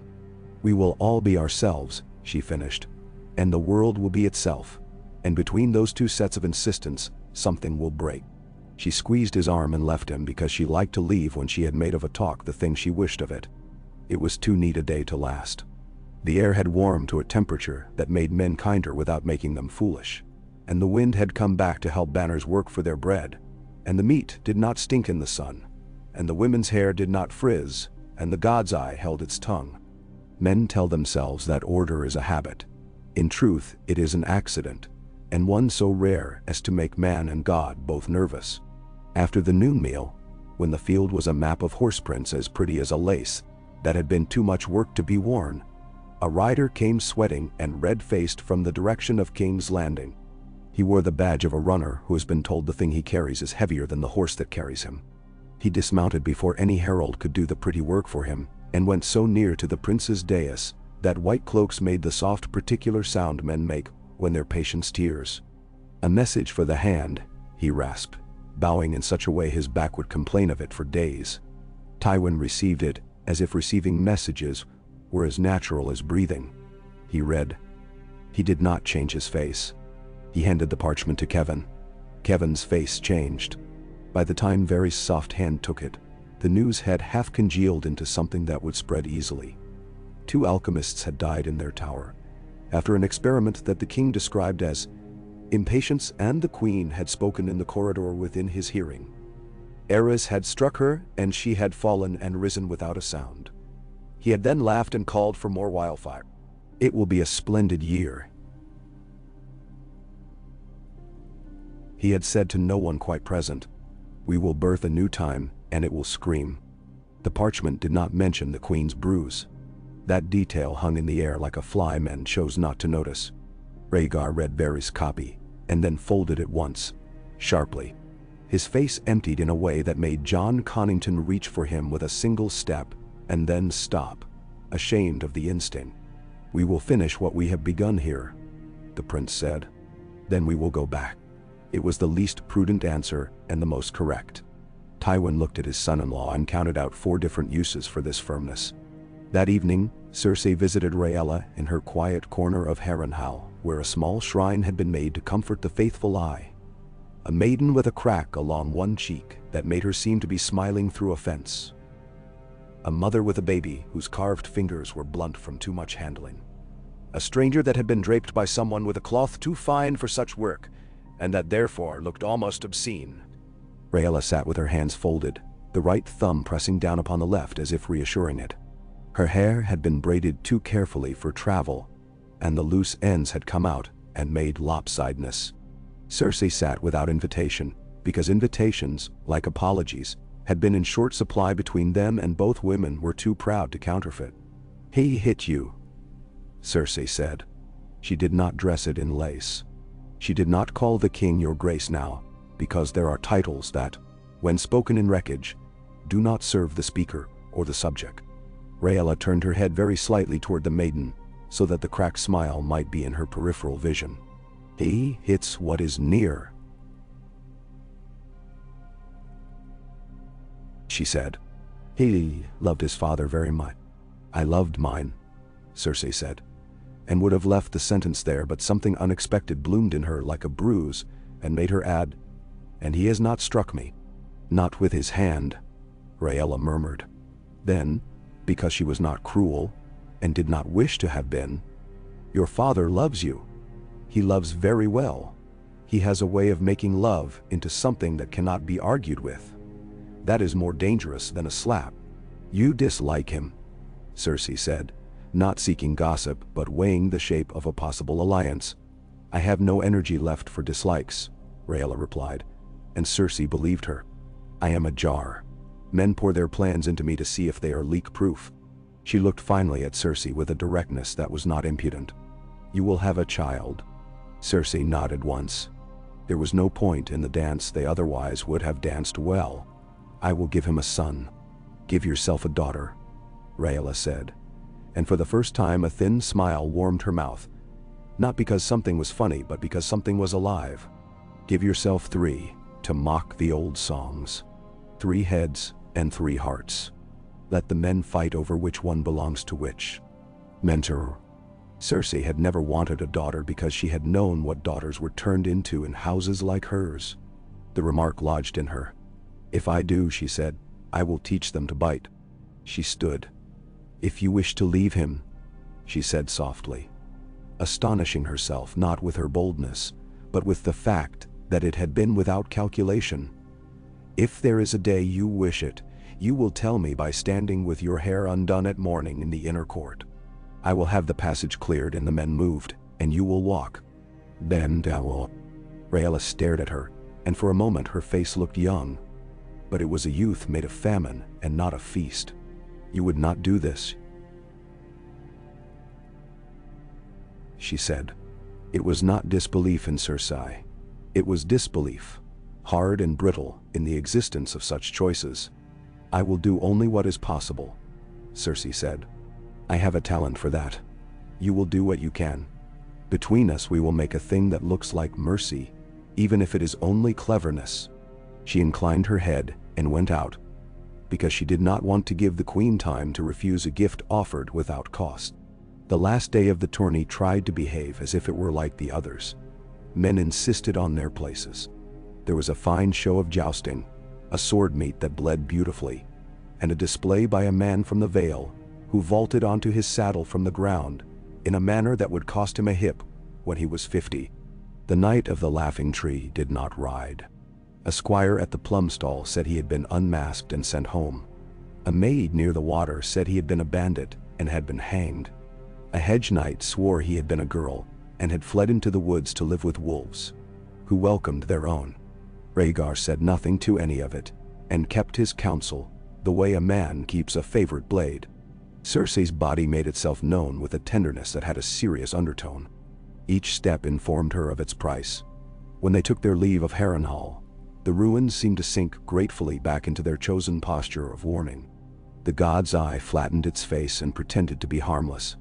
The sky went on about its vague business.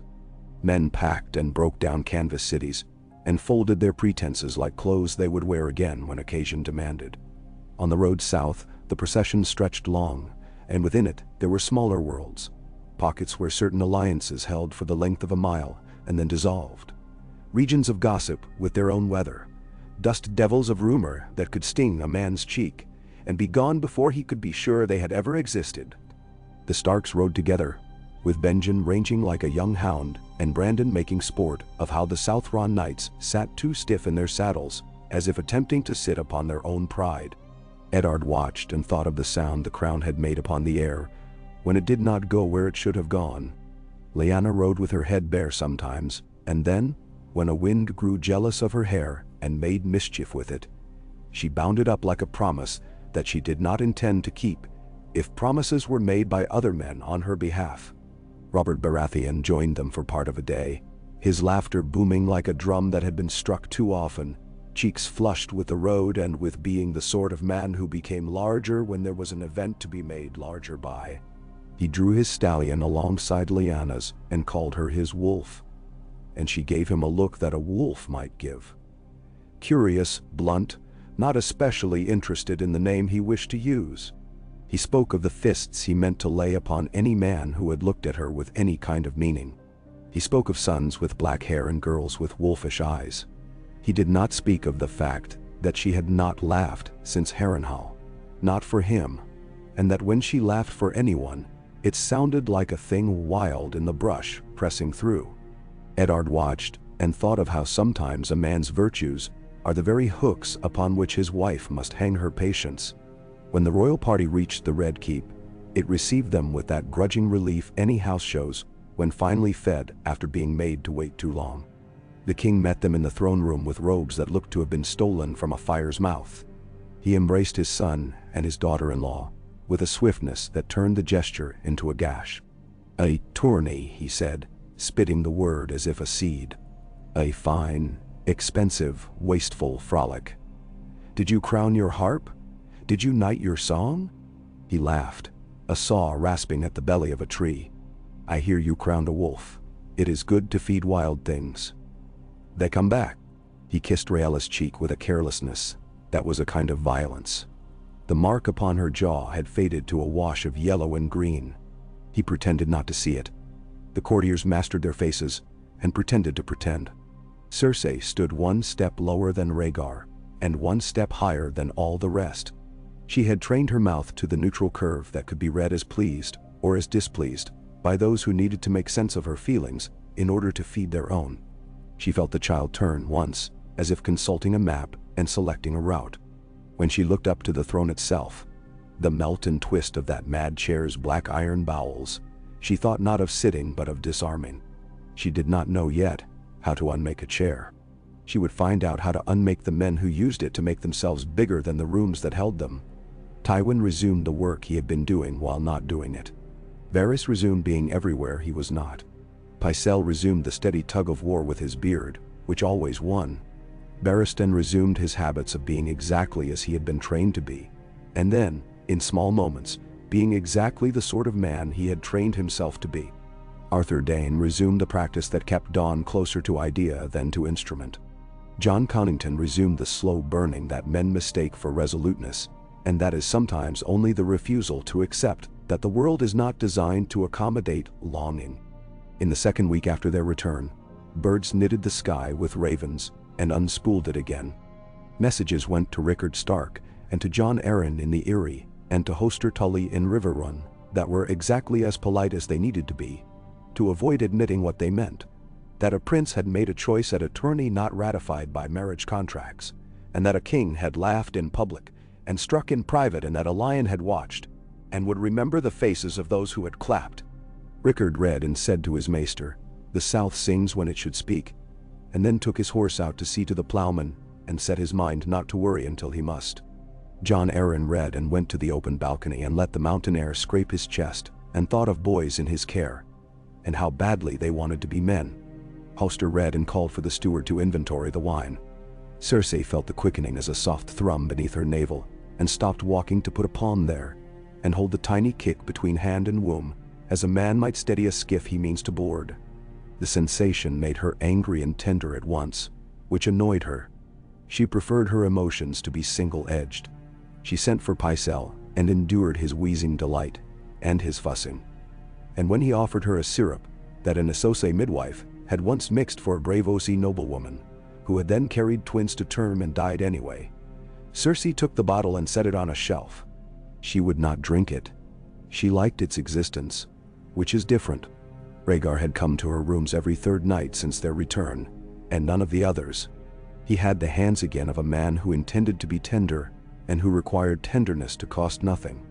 He made himself patient for her, and the patience was real, and she extracted what she needed from that reality, and allowed herself to be held in a way that made the child answer in its wordless way, "I know."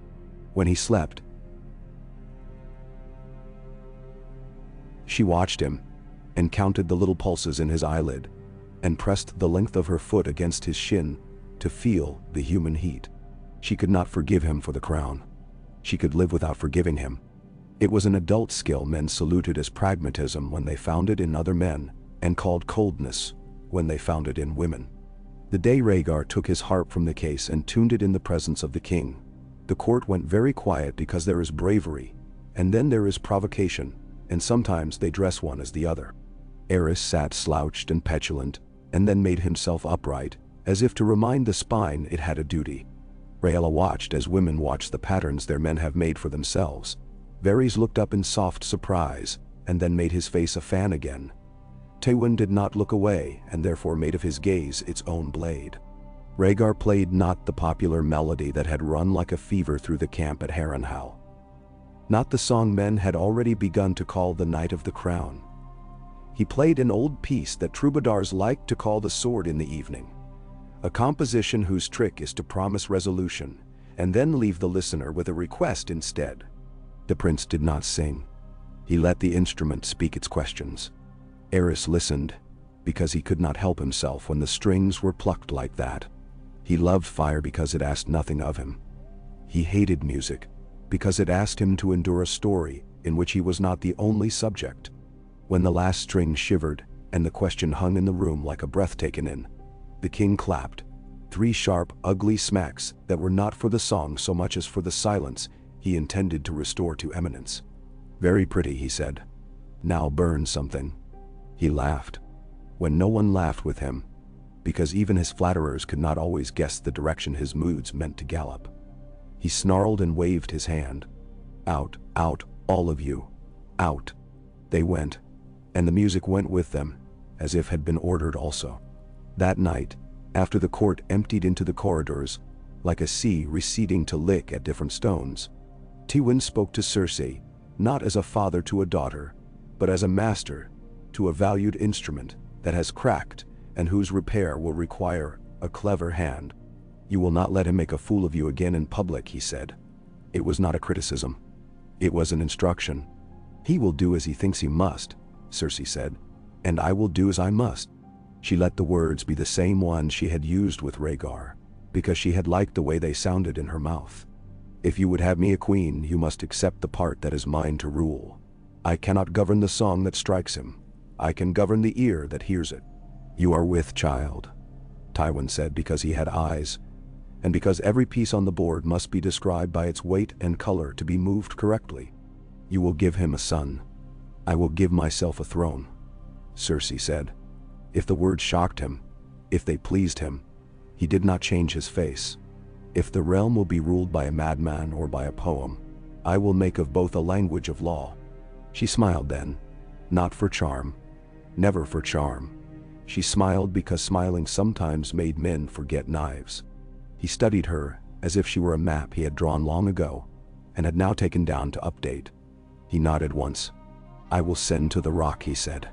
There are men whose loyalty is to gold, which is to say to me. They will come lightly, and they will carry nothing but gratitude. He did not mean to speak of soldiers yet. He meant clerks, messengers, the seventh son of a second cousin, with a face that could be trusted with secrets, those small tools with which the world is habitually altered. You will be careful, he added, which is what he always added, and which meant, do not make me choose between you and the instrument. In Winterfell, ravens arrived late and left early, and dews came that glittered like a threat.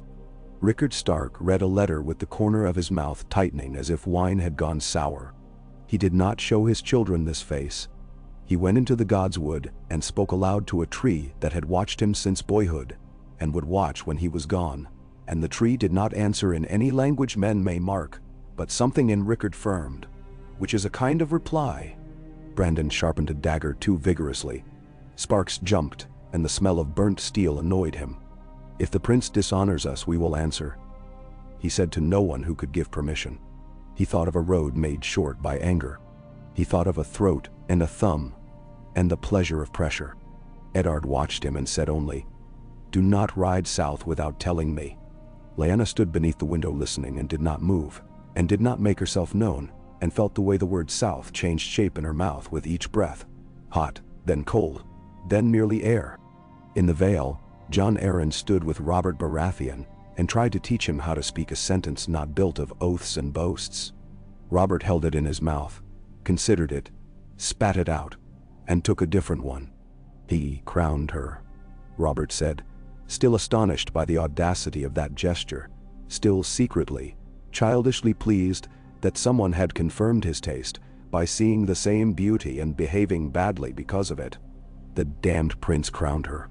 He laughed because laughter had always been his weapon's first strike. Then he turned his head aside and his face went slack and ungainly and honest.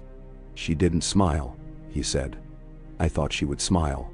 Jon Arryn thought of an eagle dropping its prey in the courtyard, and of all the ways that can be seen as omen. Women are not always pleased to be made instruments of men's language, he said. Robert nodded as if he had been told the cost of an item he had already decided to purchase. He slammed his fist into his palm and boomed on about sons and vengeance and the bastardry of Targaryens. Jon Arryn sent a rider south to discover what could be discovered that would be useful rather than simply exciting. In the city, the small folk learned how to tell the story so that it brought them coin. A mummer company on the Street of Sisters staged a farce where a wolf girl stole a crown from a queen and wore it wrong, and was chased by a lion that could only roar and a dragon that could only sing. It ended with a stranger making everyone dance until they dropped, and a man in the back made the sign against evil and spat aside and laughed until snot strung his lip. In the Street of Steel, the smiths made small crowns for little girls and little lances for boys, and the girls smacked the boys with the lances until everyone discovered the pleasures of novelty. In Flea Bottom, a woman told fortunes by putting her fingers in a bowl of clean water and watching the ripples. If the ripples went clockwise, she said your life would be good, and if they went counterwise, she said you had angered a god, but it could be fixed if you tipped her an extra copper. The water always went clockwise because her finger was clever. The world wishes to be fooled. Sometimes it is a kindness to comply. The crown settled like a ring on a finger that belongs to a hand that belongs to a man who is asleep. Then the finger twitched. Then the hand made a fist. Brandon Stark rode into the Red Keep on a day when the sky had the color of a bruise 1 day old and shouted for the prince as if summoning a dog, and demanded that he come out and answer for the insult to House Stark. He had 3 men with him who had come because they had always come with him. Their loyalty shone and would not save them. They thundered their outraged nobility until the sound embarrassed even them, and then the king came, not the prince, and the words turned into a noose around their own throats. Aerys had them seized and accused of treason, which is the easiest accusation, because no one can define it when they're angry, and everyone knows it when they wish to. Men in white who would rather have fought enemies with swords ushered them away with hands careful not to bruise, because the bruises would be counted later and assigned to blame. Brendan shouted for his father. Aerys sent for Rickard, who put on his best cloak, and went because he had not known how not to go all his life. Cersei heard first from Varys, who spoke to her with that candle-lit unction he used when he wished to be forgiven before he was condemned. "My lady," he breathed. "Men will look back and say this was the hour the wheel cracked." She was tempted to say wheels are meant to be cracked. "And you are the sort of man who profits when carts spill their load. But some remarks are too neat to waste." "The king intends spectacle," Varys added. And now his eyes lowered not because of respect, but because there are looks it is better to keep to oneself when describing what a man intends to do to another's body in the name of a god or a law or a need to be believed. "I thought you would want to know before you heard it with the others." He looked up then, quick and sly. "If I may be so impertinent, my lady, do you wish to be with the others?" "I wish to be where I decide," Cersei said. "And I wish you to bring me news that has not yet happened." It was not a request men could meet. It was a way of reminding him that when he offered prophecies, he was competing with women who had staked their lives upon one already. When the king did what he did, the chains and the fire and the slow words about justice that men sometimes call justice because they fear what it is in them that wants to see pain turned into meaning. Cersei did not attend. She sat in her rooms and listened to a silence that had been cut into pieces by rumor and reassembled. Rhaegar went, not because he wished to, but because there are witnesses a realm requires.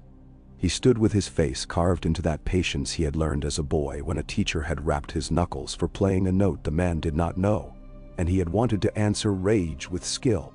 He did not close his eyes. He looked at the king and at the thing the king had become, and he thought of a sword thrust into evening, and of a question left hanging. He came to Cersei after, and set his hands upon the back of a chair, and said nothing for a time. When he did speak, his voice was hoarse from having pressed words back down his throat. "He will kill the realm to hear the sound it makes." "I know," Cersei said. She stood behind him and put her palm flat between his shoulder blades, and felt the heat of him, and at the same time felt the chill curling out from his center where the music lived. "You will not let him." It was not a plea. It was not yet a plot. It was the beginning of both. He turned, and the thing in his face that was not for court, nor for song, nor for chivalry came up where she could see it. "He has made my sisters," he began, and then corrected himself because he had no sisters, only the great void of sisters not had. "He has made our mothers into objects of spectacle," he said, and that was a true and archaic sentence. There are prophecies men carry like knives because they need the heft in the hand. There is one that says the dragon has 3 heads. He saw her poised to cut the sentence apart, and to examine it, and to decide if it might be used in some double manner, and he shook his head. "I do not ask you to believe it. I ask you to allow that men act as if they believe such things, and that such action burns cities down." "Number 1. I am not a city," Cersei said. "I will not be burned down." She put her hand to her belly. "And this child, I will not let this child be made a head of anything but his own body. You will not turn him into a song. You will not turn him into a prophecy. If you wish to love him, you will do it as a man and not as a poet." She had not meant to say love, and was irritated by the word, and yet it had come and lay now between them like a coin. He looked at it and did not pick it up, and that, too, was a kind of honesty. The hall smelled of smoke for days after the king's justice, a sweet and sour that laid itself upon clothes and hair, and lingered like an accusation even when the skin had been scrubbed. Men talked for an hour, and then fell into sudden silences as if the room had spooked them. Guards walked a little closer to walls. Varys acquired new rumors as fast as old ones died, and arranged them on a tray for those who would pay in coin or obligation. Tywin closed a door very gently, and told Kevin to have the household prepared to depart the city on a day's notice without appearing to do so. "We will not be chased," he said. "We will walk."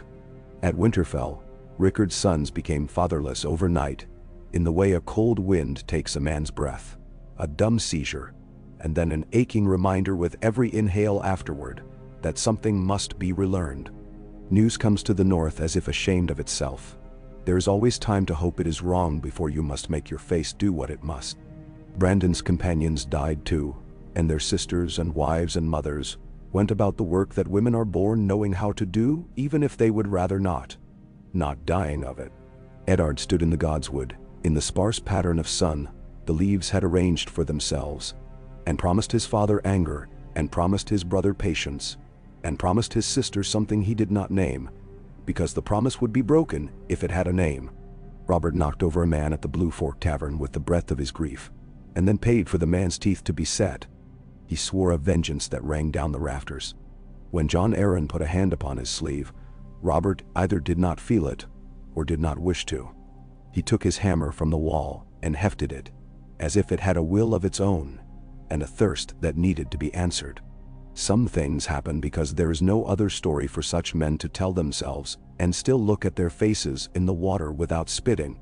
In King's Landing, Rhaegar came to Cersei in the hours before dawn, when the city held its breath, and the rats felt entitled. He stood without cloak and without his careful calm and said, with a simplicity that was not performance, "I will take her away. It is the only thing that will keep my father from ordering the hearts of every northern man cut out and eaten raw by this city." He used that ugly southern exaggeration because sometimes the truth requires ugliness to be believed. "I will take her away, and the king will have no throat left to scream at. He will have to scream into his own mouth." He closed his eyes for the length of a breath. "I will come back. I will fix what I break," he said, in the way a man promises to square debts he has not yet named. Cersei sat very still. She could make stillness into a throne. She had known this, or something very like it, since the moment the crown of flowers had not found her head. "You will take the north," she said, because she would not give the other woman's name her breath.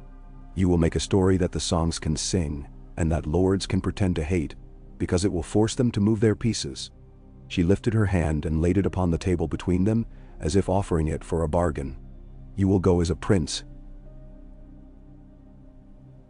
she said carefully, "and you will return as a king, or you will not return. I will not be a widow. I will be a queen." She watched how the words struck him, not for cruelty, but because she needed to understand precisely the way his face changed when presented with the truth as she saw it. He bowed his head as if acknowledging a blow that was also a blessing. "This child," he began, "will have what I give him," she said. "If you wish him to have the world, then bring me a world that can be held by hands not made to play harps." The child moved once under her palm, as if to echo her. "Go,"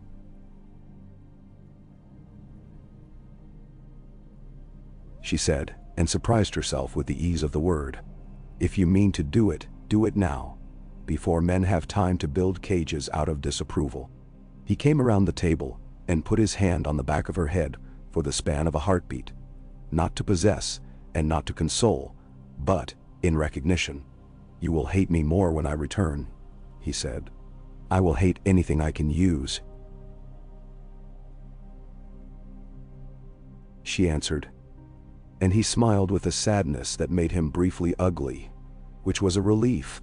He left as a man leaves a room he has spent so long in that each chair and book has learned too well the shape of his hand. He left with Arthur Dane and a careful handful of men and arrangements that were invisible and therefore sturdy. Varys knew within an hour and pretended not to for 2. Tywin knew within 2 and did not trouble himself with pretending. Aerys knew because a rat told him, and he believed rats as other men believe gods. The king shook his hair over his shoulders and called for his alchemists, and then, perhaps because the thing he would do with fire would not fix the ache the absence made, He stayed his hand and paced his chambers until the stones themselves must have wanted him dead, if they could want. Cersei went to the little garden that clung, stupidly and bravely, to the inner wall, and felt for the child. The leaves had turned the exact color of a decision the air makes when it moves from warm to cold. She tasted chalk in the water and salt in her mouth and iron at the back of her tongue. She sat and let the quiet come and lay it over her shoulders. The city below conspired to be itself. Dogs, carts, hawkers, men rehearsing quarrels they would have later and now for practice. She thought of the hedge witch who had told her she would be queen and of the younger, more beautiful thing that would cast her down. And for the first time since she had bled as a girl, she wondered if the prophecy, like all simple utterances, had been a door not only into death but into use. She would build herself rooms within it. She would be cast down only into a place she had already prepared for her landing. She pressed her hand once more to her belly and spoke under her breath, so that the child, if it had ears yet, might learn the shape of her voice at its truest. "Listen," she said. "This is how it is done. We are made into stories by others. We will be the ones who do the making. When he returns, if he returns, he will bring with him songs and winter and something no one will know how to name until I name it. We will not be afraid of the naming." She stood. Across the city, the sept bells rehearsed a strip of melody, uncertain which saint would be required first. In the White Sword Tower, Arthur tightened a strap with a frown that was not from anger but from the sense that he had left something behind, and could not say what it was. In River Run, Hoster coughed and denied it. In the Vale, Jon Arryn sat with a letter unsealed, and watched the mountains try to pretend they were all one piece of rock. In the Dornish villa, a long way from all this noise, Elia Martell, who had not been wed to a dragon, and had married instead a man known for documents and horizons, put a hand to her own flat belly and whispered something that had the rhythm of grief and its tone, but not its meaning. On the road out of King's Landing, where the dust rises quickly and settles unwillingly, Rhaegar pushed his horse until the animal requested caution, and he granted it. He rode on into an evening shaped like a sword and a morning shaped like a promise, and the world opened, as it always does, to those who announce their intention to force it into a pattern. The river courses were low with late summer's hunger. Reeds bent and wrote words in their green alphabet that no one reads until someone does. Somewhere north of all the roads drawn on paper, a girl stood with hair that refused to be a banner and looked toward a line of trees and made a decision. Somewhere south, a woman with hair like minted coin and eyes like the idea of knives closed her eyes and saw a city on fire and herself standing where the heat moved and not being burned. And then she opened them and smiled into nothing, and the smile sat upon the empty air like a seal upon a document not yet written. The realm breathed out. The breath stirred old ashes. The ash lifted like snow. Nothing fell quiet. Everything waited, not idly, but like bowstrings do when fingers are on them. And the arrow has been chosen, and the target has not yet been told it is about to receive a message. It was a morning pearled with heat, when the first raven came to the Hand's Tower to say that Brandon Stark had choked himself in chains for the chance to reach a sword that lay beyond him, and that Rickard Stark had been cooked in his own armor, and that men who had loved honor more than breath now loved breath no longer. Tywin read and said softly, "To no one. This is the end of what can be done with words. The rest will be done with weight." He sent to the Rock for more than clerks. He sent for men trained in the choreography of violence and in the etiquette of siege. He sent without telling the king. He had not told the king many things for many years. The king had liked him best then. Cersei took the news in like smoke and swallowed it. She went to the queen and found Rhaella sitting with her hair unbound, not because she had remembered Cersei's strange promise, but because morning had come too quickly for a woman who had not slept. For a heartbeat, Cersei thought. Now. She pictured the cleared passage, the shifted guard, the door that would open onto a corridor no longer crowded with watching. She pictured a ship. She pictured an end that would be a beginning. Then Rhaella looked up with eyes that had nothing living in them, and Cersei saw that there are rescues that become cages when the rescued can no longer imagine a world beyond the bars. "Another day," Cersei said, not to the queen, and turned and left. In the mews, a hawk screamed, because something had been stolen from it, that it had not yet learned to call its own. In the yard, a boy dropped a sword, and the clang rang long because the ground beneath it had learned to love such sounds. In the gutter beside the Street of Sisters, a charm of cheap tin caught light, and shone as if it were the thing it counterfeited. The city made itself flowers for the wrong season. The gods breathed through their noses, and did not commit to a frown. Cersei sat at her writing table and took up a quill. The parchment she chose was fine enough to whisper. She wrote to her father first, and then to another man, and then to a woman, and then to someone who would not know for weeks who had sent the letter. She wrote in the hand she used when she wanted to be mistaken for a clerk. She wrote in the hand she used when she wanted to be remembered. She wrote instructions that were not orders and orders that were not instructions. When she had finished, she sanded and blew and sealed and rang the bell, and handed the letters to the girl whose fingers were not yet clever. And the girl took them with that careful gravity that comes when a person is at last given work that matches their sense of self. When the door closed, Cersei pressed her fingers to her lower lip, once briefly, and then put her hands flat upon the table. She looked at them, their long, capable lines, their soft skin hiding strength that was not brute. This is how we live, she told them, and the room. This is how we live. She told the child. She did not speak of hope. She left space for it, like a chair reserved for a guest who might not come, and whose absence would be remarked upon kindly and then forgotten when the wine pleased. Beyond her walls, the Red Keep made a new pattern of patrols, as ant colonies do when a stick is run through their galleries. The king whispered to men who had forgotten how to be men, and had to be told. And they nodded and went, and did acts they would confess to a god with dry eyes.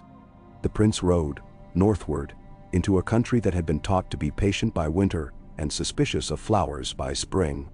Banners were unrolled. Stews were set on to simmer with what meat there was. The poets in the wine-soured taverns began verses, and set them aside, and began others, and complained that the rhyme would not behave. They liked to pretend that words were water, and they were thirsty. In truth, words are knives, and they wish to be cut and to cut. On a certain morning near the Green Fork, a woman with hair like spilled ink and eyes that knew more than her face confessed, let a mare drink and rested her cheek against the animal's neck. She had been called wild by men who were lazy with language. She had been called beautiful by men who were bored with their wives. She had been called dangerous by men who were lazy and bored, and had not learned that the danger was theirs. She heard the rumble of a small company approaching, and did not hide, and did not run. If one's face is to become a road, one may as well stand where the traffic will be heavy. In King's Landing the sun climbed the sky with the particular insolence it reserves for days when men have begun to make themselves more important than they are, and it let them have their pretensions, because weather is polite until it is not. Cersei stood at her window and glanced down and saw a boy teaching a younger boy how to swing a stick without striking his own foot. The older boy was patient. The younger boy learned. The stick whistled with promise. The day went on. She would have work to do. The child would have to be brought safely to the time when it could be made to understand the cost of safety. The city would have to be kept from eating itself while pretending to dine upon enemies. The king would have to be contained, coaxed from certain doors and toward others. The father would have to be managed, his love turned and placed where it might bear weight on the right beams.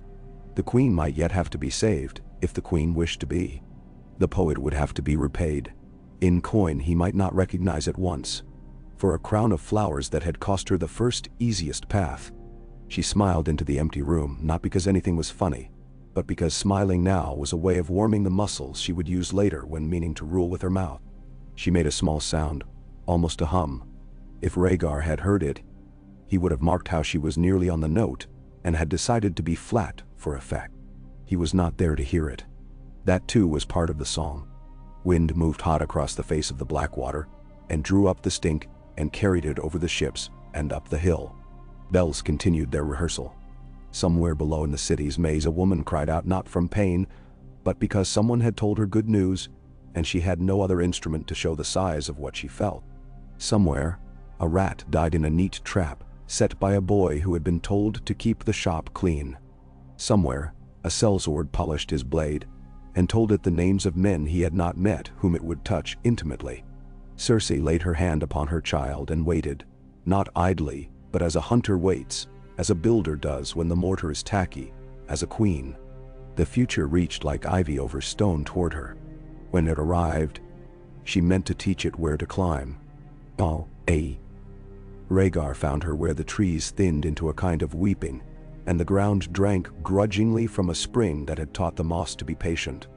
The air there was old, older than any map. It had the mineral taste of places that have never belonged to men for long. He had sent Arthur ahead and left him out of sight with 2 white cloaks, who could make themselves into stone when duty demanded it. The prince came on with the care of a man who has never been surprised, except by his own thoughts, and would prefer to remain unaccustomed to the other kind. Lyanna was not waiting as a lady waits with lessons stitched into her back. She walked the rim of the pool and let her fingers test the temperature of the day 1 inch at a time. When he stepped into the light, she turned, hair unbound, the dark of it like a banner that refused to declare. She did not bow. She looked at him the way the North looks at weather, without flattery, without the superstition of fear, with a recognition that yields nothing and accepts what it must. "Lady Lyanna," he said. "Your Highness." She answered, as if she were checking the fit of an old word and finding it miserable. The water made a small voice behind her. He thought of the sound a harp string makes when a child touches it and believes he has discovered music. "I came to apologize," Rhaegar said, "because it was the simplest truth that would pass a gate guarded by pride, and to ask." Her mouth moved in something almost like a smile, and then decided against finishing the work. "A prince who apologizes," she said. "I was told they don't do that. I was told they find someone to sing for them instead." "I have sung for too many men," he said, and that pulled a laugh from her, small and honest and short-lived. "You crowned me," she said then, and the laugh was gone as if caught on a nail. "I did not ask for it. I did not wear it. It sat in my lap like a weight that did not belong to me. Now men will say I took what wasn't mine.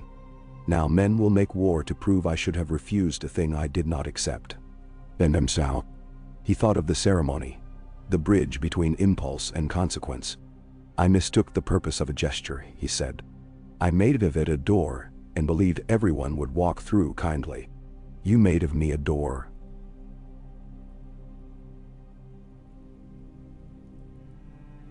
She replied, and the plainness landed between them without rancor and without pity.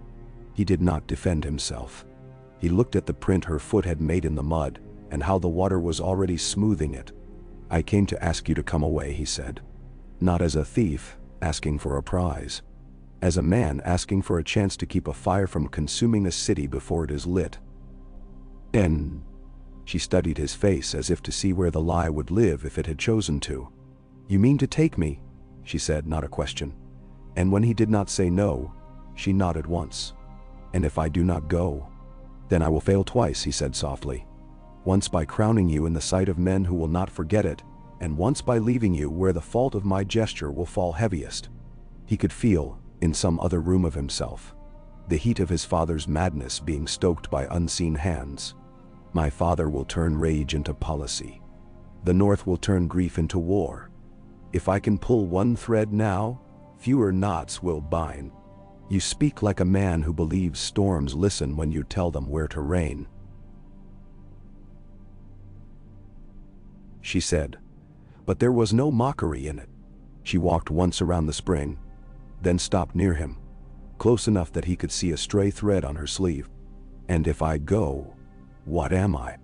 "If you go," he said carefully, "you are yourself, and under my protection.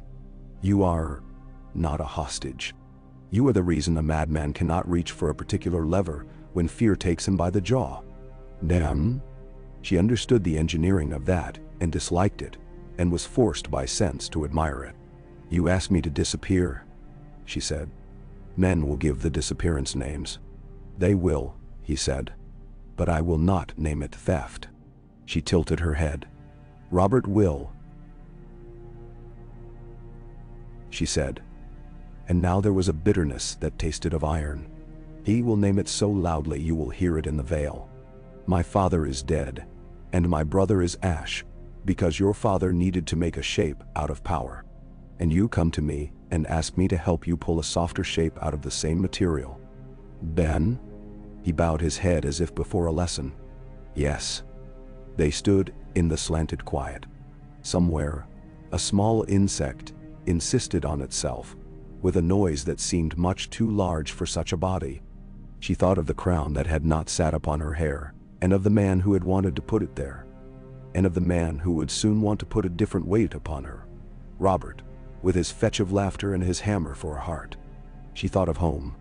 She thought of the god's wood and the smell of snow when it has not yet fallen. She thought of how she had always resisted being named by other people's talk. She looked at the prince and saw a man who believed he could make the world rhyme, and who perhaps could, and would perhaps die for it, and require others to die as well. She did not love him. She did not hate him. She did not believe either would be useful. I will come, she said at last, as if saying, I will go to the doing of a thing I did not plan, and I will make of it my plan. He let out the breath he hadn't known he had been keeping. There is a place, he said, already turning the future to face the right direction. In the Red Mountains, where the wind never quite stops. A small tower that was built long ago for a reason no one remembers. It is near the border. Fewer men will think to look there than think they will. You will be guarded by knights whose honor is so foolish it will annoy you. You will be guarded by knights whose honor is so foolish it will annoy you. Good, she said. Annoyance is a kind of proof. She looked once more at the spring and dipped her fingers in it and wet her brow. I will write my brother. He will not forgive you, she added. He may forgive me. I do not need him to. I will need him to live. They left like shadows leave when the sun has decided to attend to other places. Arthur appeared out of the trees. If he was surprised to see Lyanna mounted upon the small rough horse the crannogman had loaned, he did not give it to his face. He rode ahead, looking like a story told to children to keep them from running into fire. Oswell went and Gerald Hightower came behind, one narrow with contained fury, one broad with the patience of stone. Rhaegar placed himself beside Lyanna's bridle, and they went south, not quickly and not in panic, because speed is a kind of confession. In King's Landing the confession came without words. Aerys summoned the court and told it what had happened in a language men would later decide had been accusation, but that in the moment felt like a man trying to claw a thought free of his own skull. My son, he said, and his mouth worked around the word as if it offended his palate, has been bewitched by wolves. He has stolen a promised bitch to breed treason. Spittle shone on his lip. Rhaella sat still with her hands laid one upon the other like stones that had learned not to wish to be lighter. Varys watched through his lashes and let his face become a fan. Pycelle's beard received his finger's counsel as a horse receives the whip, obediently and without intelligence. Tywin's gaze turned the room into a board, flat and lettered. Later, in the small council chamber, where the table smelled of ink and skin oil and old decisions, the king turned quite suddenly to Jaime Lannister, who stood near the door because there is always work for young men with swords in rooms where older men draw lines upon maps. You, Aerys said, with a light in his eye like the metal glint at the bottom of a well, you have your father's face. I will take it from him. Kneel. Jaime did not understand until the white cloaks arrived with a roll of cloth and a book, and the quiet piety of congratulation in their careful faces. Tywin had not been summoned. He would not be permitted the courtesy of being told before it was done. Cersei was not there. She would learn as a city learns its news. In pieces and from mouths she would later dismiss as unworthy. The king smiled the way a wolf grins when it shakes water from its muzzle. You will wear white, he said.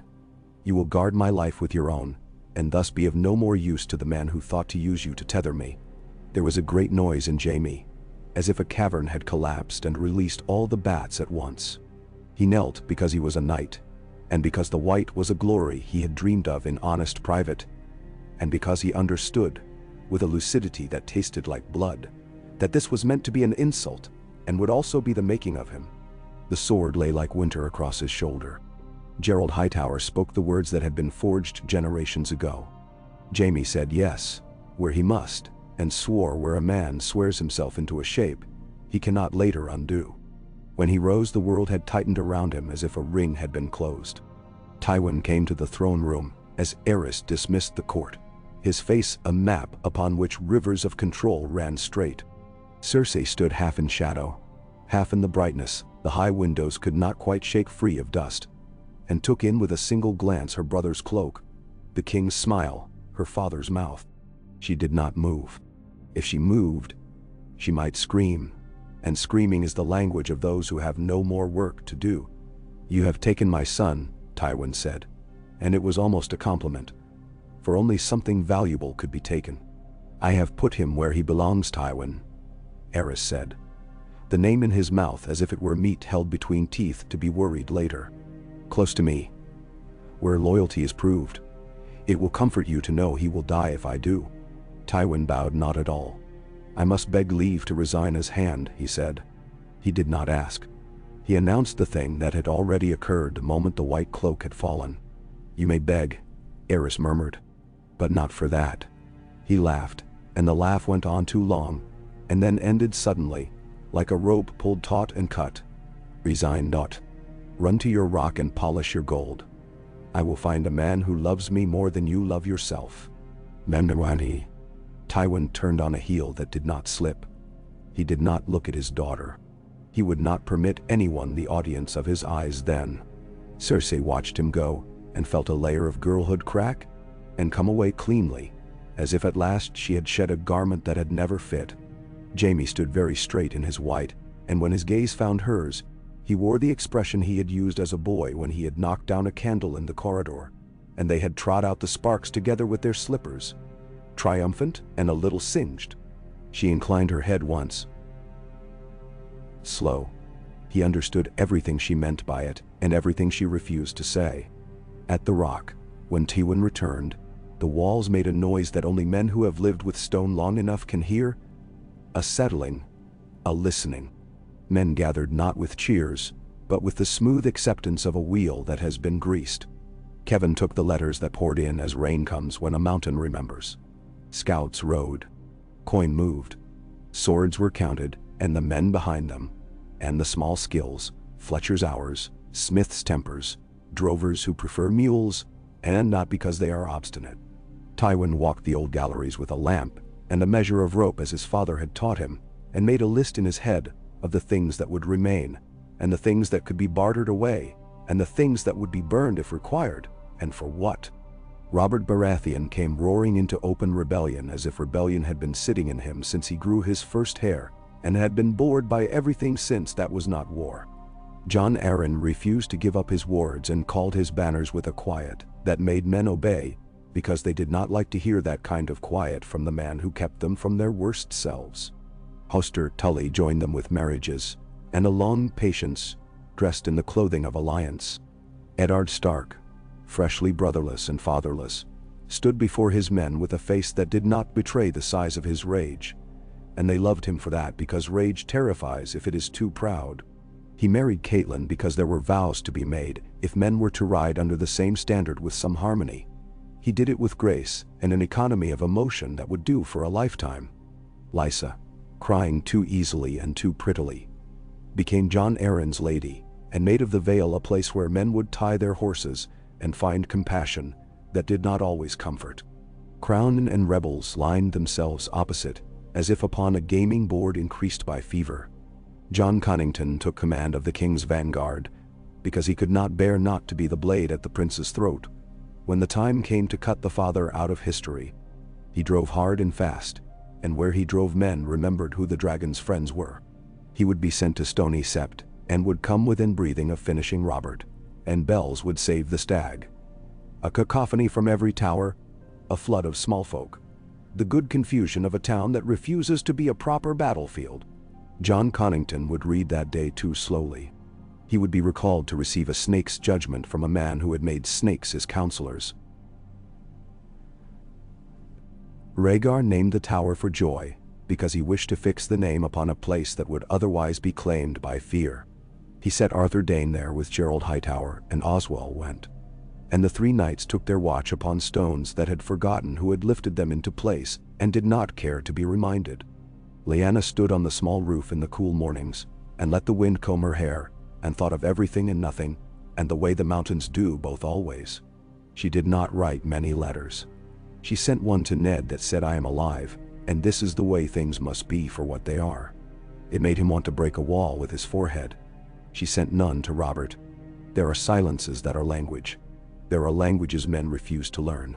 Rhaegar did not hide there. He stayed long enough to be sure the watch would hold, and that the stores were adequate, and that the path in and out was known to 3 men and to no more. He sat with Lyanna one evening while the sun bled gently into a ridge, and listened to her speak of the north and of horses, and of a boy she had raced along a stream until the boy's mother had screamed at them both, and then fed them bread and honey as an apology to fate for tempting it. He played for her once, and she did not praise him, but she did not ask him to stop. It was enough.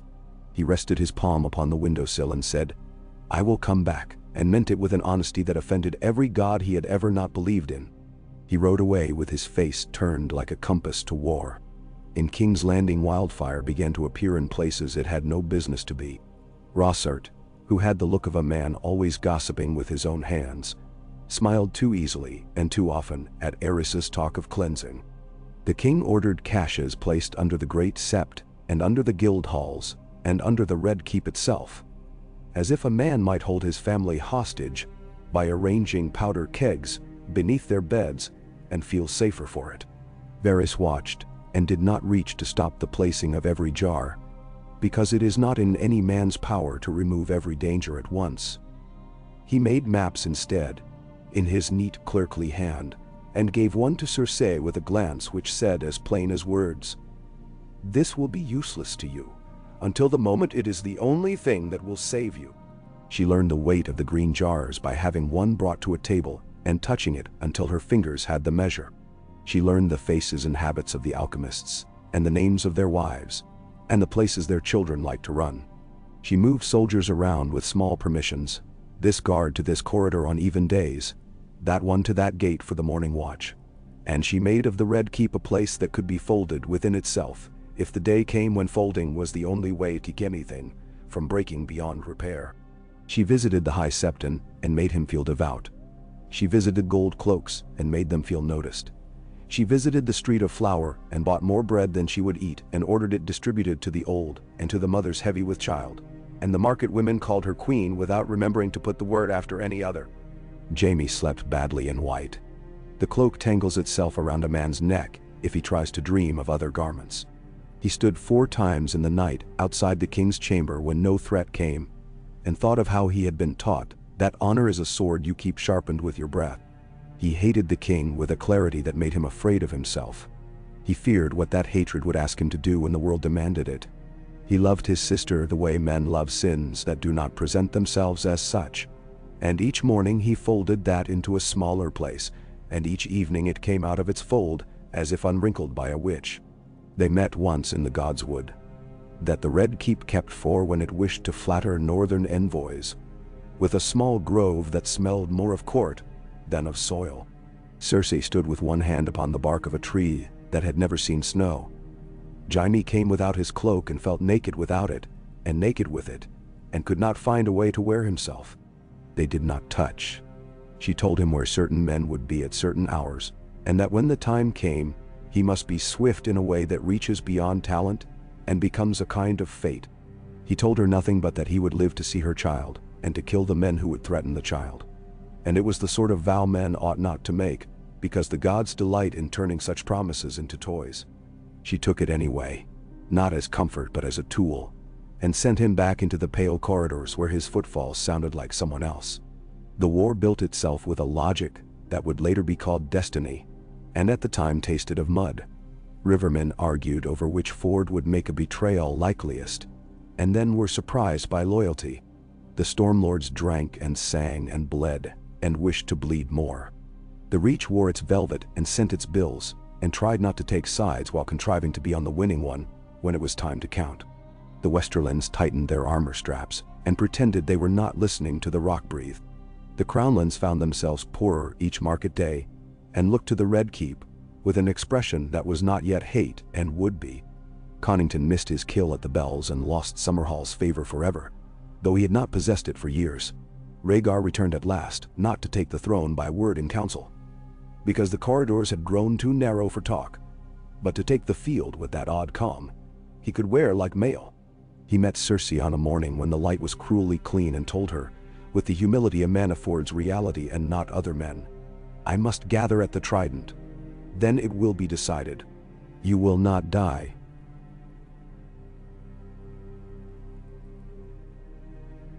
She said, because it was the first lie she needed him to obey. He looked at her and did not promise. She swayed with the weight low in her belly. He rested a hand against the curve, light as if testing string before plucking. The child pressed up into his palm as if to make of him a promise. He drew away, and she saw that he had decided on a name, and that he would not speak it. "Bring me a country," she said very softly. "Not a song." He kissed her forehead, a courtesy and a farewell and a kind of plea. "Guard the city," he said. "Guard my mother." He did not tell her to guard the king. That absence was a sentence of its own. After he had gone, she went to Rhaegar with a basket of small comforts: dried cherries, a comb of beautifully carved bone, a scrap of lace from the rock that had belonged to a woman who would never be named in this court.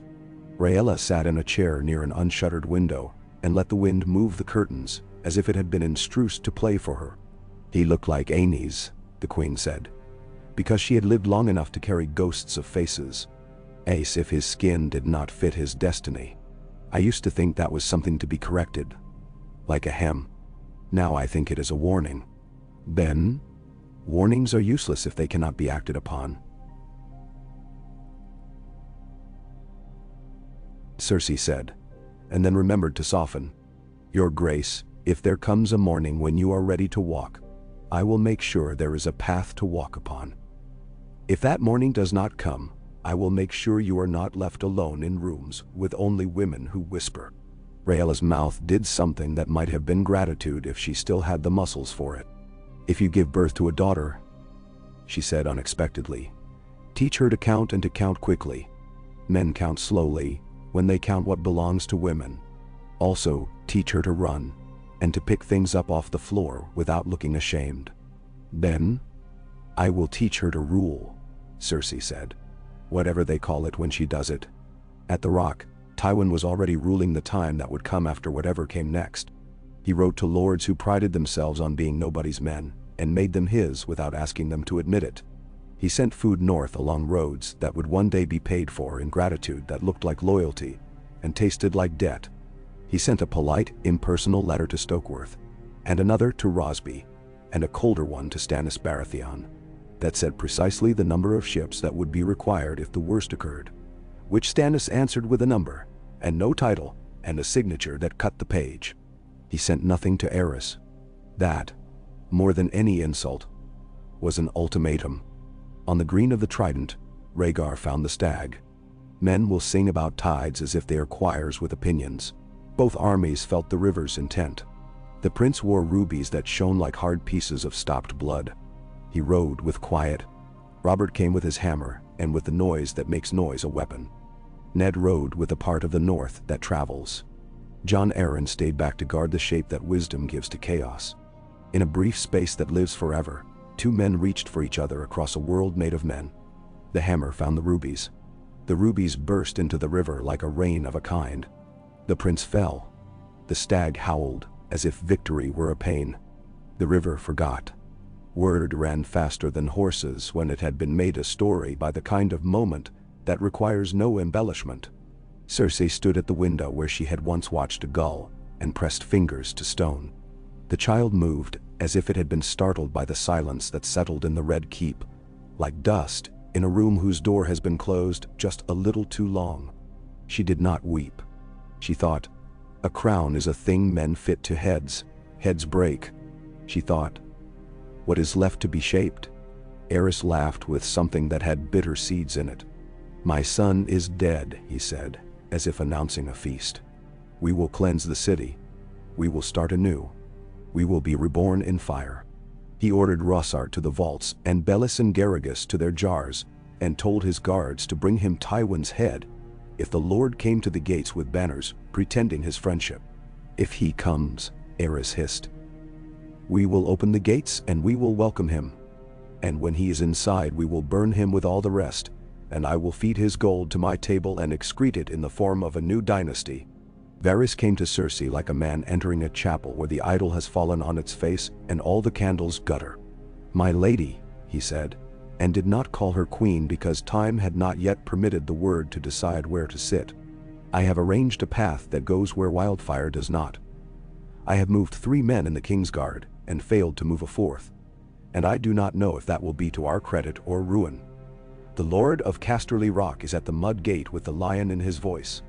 The king would open the gates. He will, Cersei said. She could see the story unfolding with terrible clarity. The red and gold flowing in, the king's laughter to see it, the trap sprung inward rather than out, the betrayal that would be called treason, and then praised in private for 100 years. And will you open yours? The only gates I have belong to my tongue and to my fear, Varys said. I have kept one shut, and you have guessed which. Bring the queen, Cersei said. Bring her when the bells begin.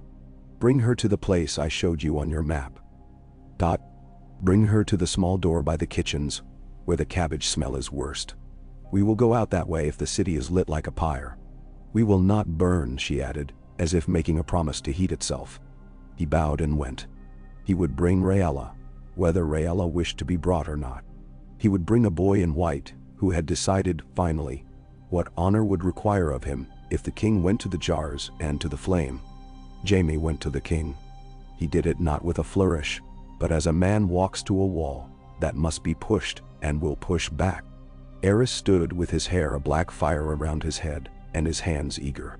Rossart, he whispered, delighted. Rossart will make the city sing. Watch. He turned as if to see in Jaime a mirror that would show him his hands should be larger, his eyes brighter. Kneel, he said, and then his mouth was a red movement, and Jaime's sword was at work. And history did not pause to decide whether to be astonished. When the head fell, the room exhaled. When the blood ran, it made a map on the floor that traced certain routes he had walked all his life and would never walk again. Cersei learned of it first from the look on the face of the boy who came to fetch her. A page with a smudge of ash on his cheek, and a future he would never be able to tell anyone about without shaking. The king, he said. He could not finish. He did not need to. She went to the throne room and saw the sword, and saw her brother, and saw the thing that had been the king cooling on its own seat. She saw no gods in it, and no justice. She saw an instrument used correctly at last. She glanced once to where Rossart would not be returning, where Bellis would not arrive with fire in his eyes. She looked at Jaime, and he looked at her, and in his face was the rawness of a skin, newly flayed, and a relief so ugly it made him handsome. She took a breath and let it go slowly. Good, she said, and the word contained a century. Tywin's lions came in under truce, as lions sometimes do when they are hungry and wish to sit with their prey first. The sacks began because sacks are what armies know how to do to cities that do not declare them gods quickly enough. Varys moved shadows. Cersei moved bodies. She found Rhaella in the passage by the kitchens, where the cabbage smell did its best to make tragedy ridiculous, and took the queen's wrist and pressed a small ring into her palm, a ring with a stone so modest it would look like sentiment, and within it a poison for some later day when a man would offer the queen a cup and call it safety. Only if you must, Cersei said. I prefer you living to my pride. Remember that if you ever find the two in disagreement. Rhaella nodded, as a woman nods when a dress fits, and she can pretend it was made for her and not altered. They went. Varys went with them, soft-footed, loving the tunnels as if they were his children. Jaime knelt where he had knelt before, and now he did not say any words except the ones he said to himself to keep from being sick. Tywin came into the throne room later with a crowd of controlled men, and found the chair empty, and the blood drying, and his son with his sword across his knees. And he said nothing about the white of the cloak or the red upon the floor. He said, "Where is the boy?" and meant Viserys. He said, "Where is the queen?" and meant not to be answered truly. Cersei did not sit the throne. She would not give the city a face to blame while the worst of it was happening. She carried her child low and careful, and walked until her calves burned, and her breath made her dizzy. And she smiled at men's wives who had lost their husbands, and at men whose hands shook from doing things they would never tell their sons. She found a baker who had hidden his flour beneath a false floor, and told him if he fed the gold cloaks he would make sure no Lannister stepped on his wife. He fed them. She made herself into a place men could come to and give their panic to be folded and put away. News of Dragonstone reached her through Varys' web. Rhaegar gone there with Viserys. The sea rough, the servants too loyal, and too frightened at once, the candles guttering and damp, and making the old halls smell like the ends of festivals. She sent coin in a ship under a flag that would not rouse anyone's pride, and she sent a letter with it that said only, "Breathe." She took from Pycelle the better part of his numbed ignorance, and turned it into a milk that would make her sleep when she could not, and into a tea that would bring her back when she had slept too long. Days learned again how to sequence themselves. The sack exhausted itself the way a fever does when it has burned the body to cleanliness or death. Tywin's men took the city to wife and then to ledger. Bodies were counted. Bodies were burned. Doors were mended. The Mad King was a story men told at ale tables with too many jokes. The prince at the Trident was a song, his rubies all the rhyme he would ever be permitted. Robert Baratheon came south with a limp and a grin, and an appetite for authority so large it made the city flinch. And the city loved him for being large, because men love what is larger than their lives if it calls them to cheer. They brought him into the throne room, which had been scoured and scented and beflowered, until it looked like what it used to be, in someone else's memory. He stood before the chair that had killed more backs than any other in the history of backs, and he laughed and said, "Gods, what an ugly seat," and men laughed with him because laughter announced a kind of new world they wanted to be true. Jon Arryn stood to his right and steadied the air. Eddard Stark stood to his left and steadied the man. Tywin stood where he could be seen and not too clearly, and made of his silence a pledge that could mean any number of useful things. Cersei came when it was time. She walked the length of the hall in a dress that did not announce Lannister so loudly that it would be heard above the new song, but that whispered it where ears matter. Her belly presided, and she led it. Men bowed not because of her, but because of the shape that extended her future beyond theirs. Robert looked at her, and then at the stomach, and then at the floor, and then back at her. He did not bow. He blinked. He looked at Jon Arryn, who did not move a muscle, and thereby told him to look at Eddard. Eddard met Cersei's gaze, and what passed there was not friendship, and not hatred. It was the understanding of two people who have been asked to eat one another's grief, and have decided instead to share a table. "My lady," Robert said, and the words were heavy, but did not drag. "Your husband died like a prince should. I killed him," he added, and men admired the gall of it until they realized they had been meant to admire the honesty. "This city is mine now." He lifted his hands as if to show they were empty and harmless. They were not. "Your child belongs to my peace," he said, and there finally the words were a threat and a promise both. "My child belongs to me," Cersei said gently, which was more deadly than any sound she could have made. "If your peace is large enough to hold us both, it will be large indeed. If it is small enough to exclude me, it will be too small to last." She smiled then, and was grateful for the long practice she had put into that act. "Your Grace,"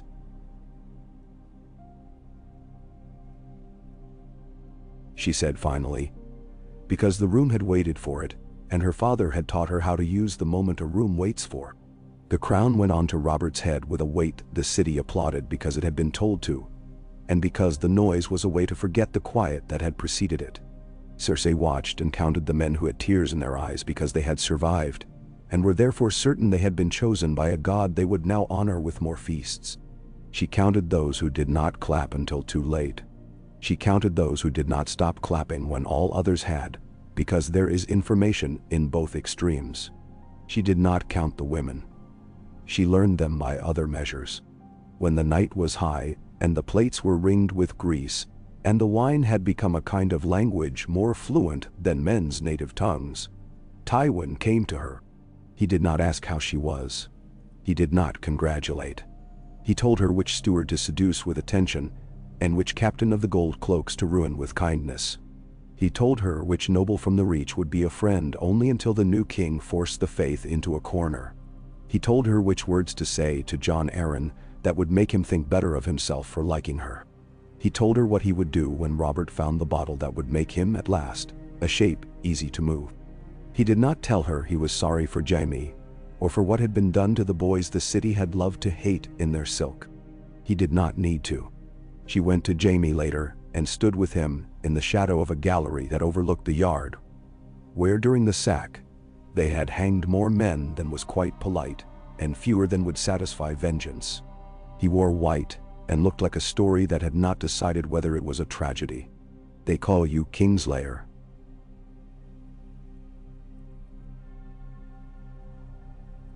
she said, and the word had a sweetness in it. She hated herself for liking. "They will call me worse," he said flatly, and turned his head as if ashamed to be seen enjoying her approval. "I did what needed doing." "You did what I needed done," she said, and that transformed the space between them. He stepped close then, too close, and she put her hand on his chest and felt not love but a memory that was nearly as strong. She stepped back. "Not now," she said. "There is work. There will be time later for the old foolishness or its corpse. For now, be magnificent for them. It will buy me quiet." "Ben?" He laughed once without humor. "You used to ask me to be magnificent for you." "I still do," she said, and left him with that. The child came on a morning that was too brightly clean. Light made a theater of the room. The midwives moved in and out of it like players. Cersei labored with the economy of a woman who has never practiced any waste. She screamed only once, and bit back the sound as if it had been an insult someone else had attempted to put in her mouth. She bore down, and brought up, and out a child as slippery as truth. He cried as if speaking for both of them.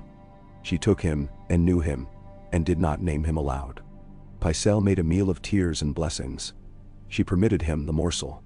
Rhaegar, summoned from Dragonstone by a message that sounded more like an apology than a command, stood in the doorway with a small smile that hurt the eyes. "He looks like a question," she said. "Good. Questions are useful," Cersei said, and held her son so that his face could see where the light came from.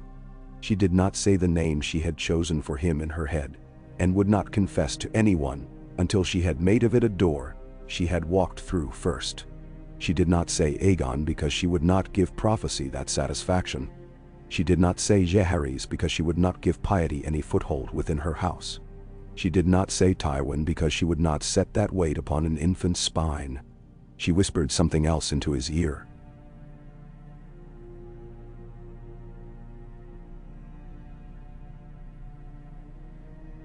Something made of rock, and of the sound a tide makes, and of a lion's purr, and of the hiss of breath in a man's throat when he thinks he is about to die. The child blinked solemnly. "We will live," she told him. "We will make that the story." Outside, the city learned the new rhythm of a king who loved feasts and victories, and his own voice, and the next hunt. Jon Arryn learned the rhythm of keeping a realm from capering off a roof. Eddard Stark left south faster than he had come, with grief folded into his pack, and a promise on his tongue to bring back a sister, or at least the truth.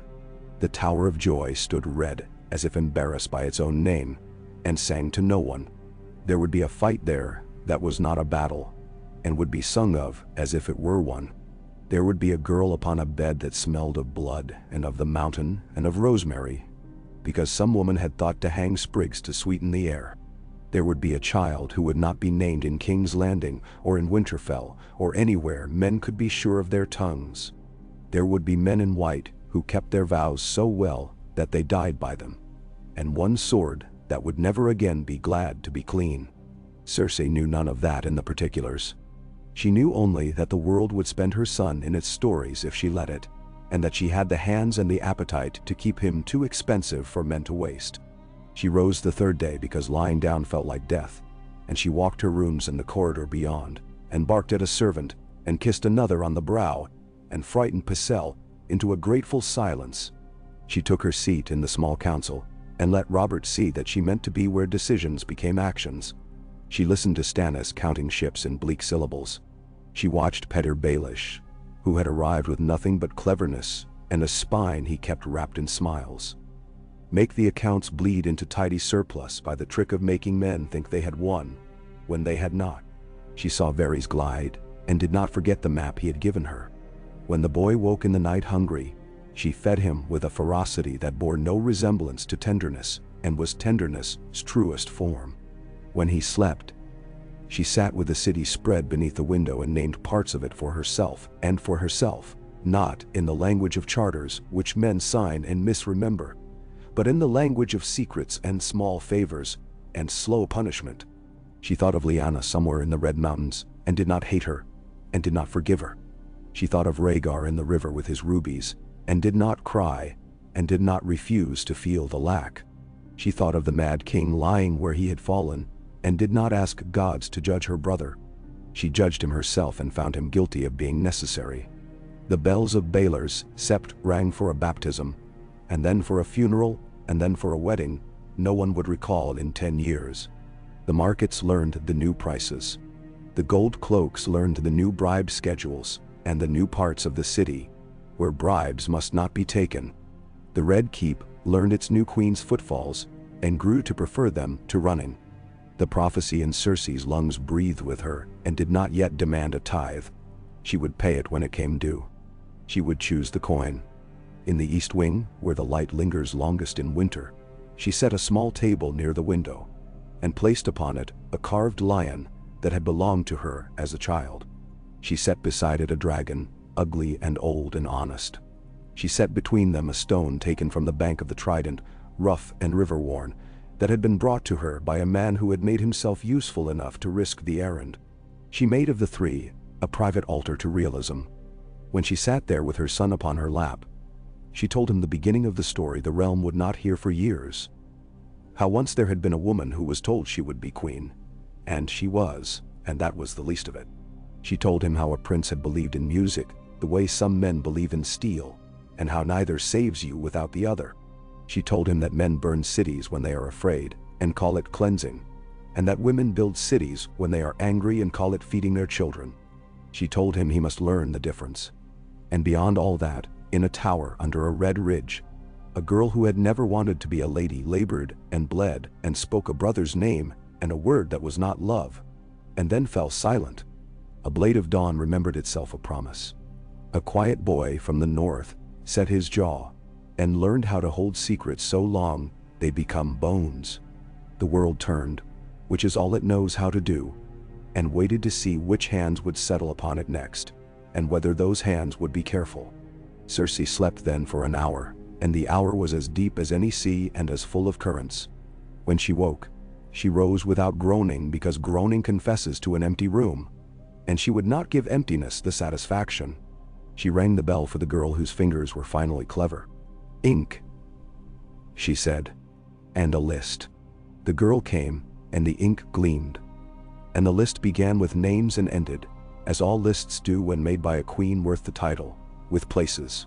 She would hold the city. She would hold her son. She would hold her own head where crowns make their small, unyielding demands. She would hold, and then, when the time came, she would let go of nothing she meant to keep.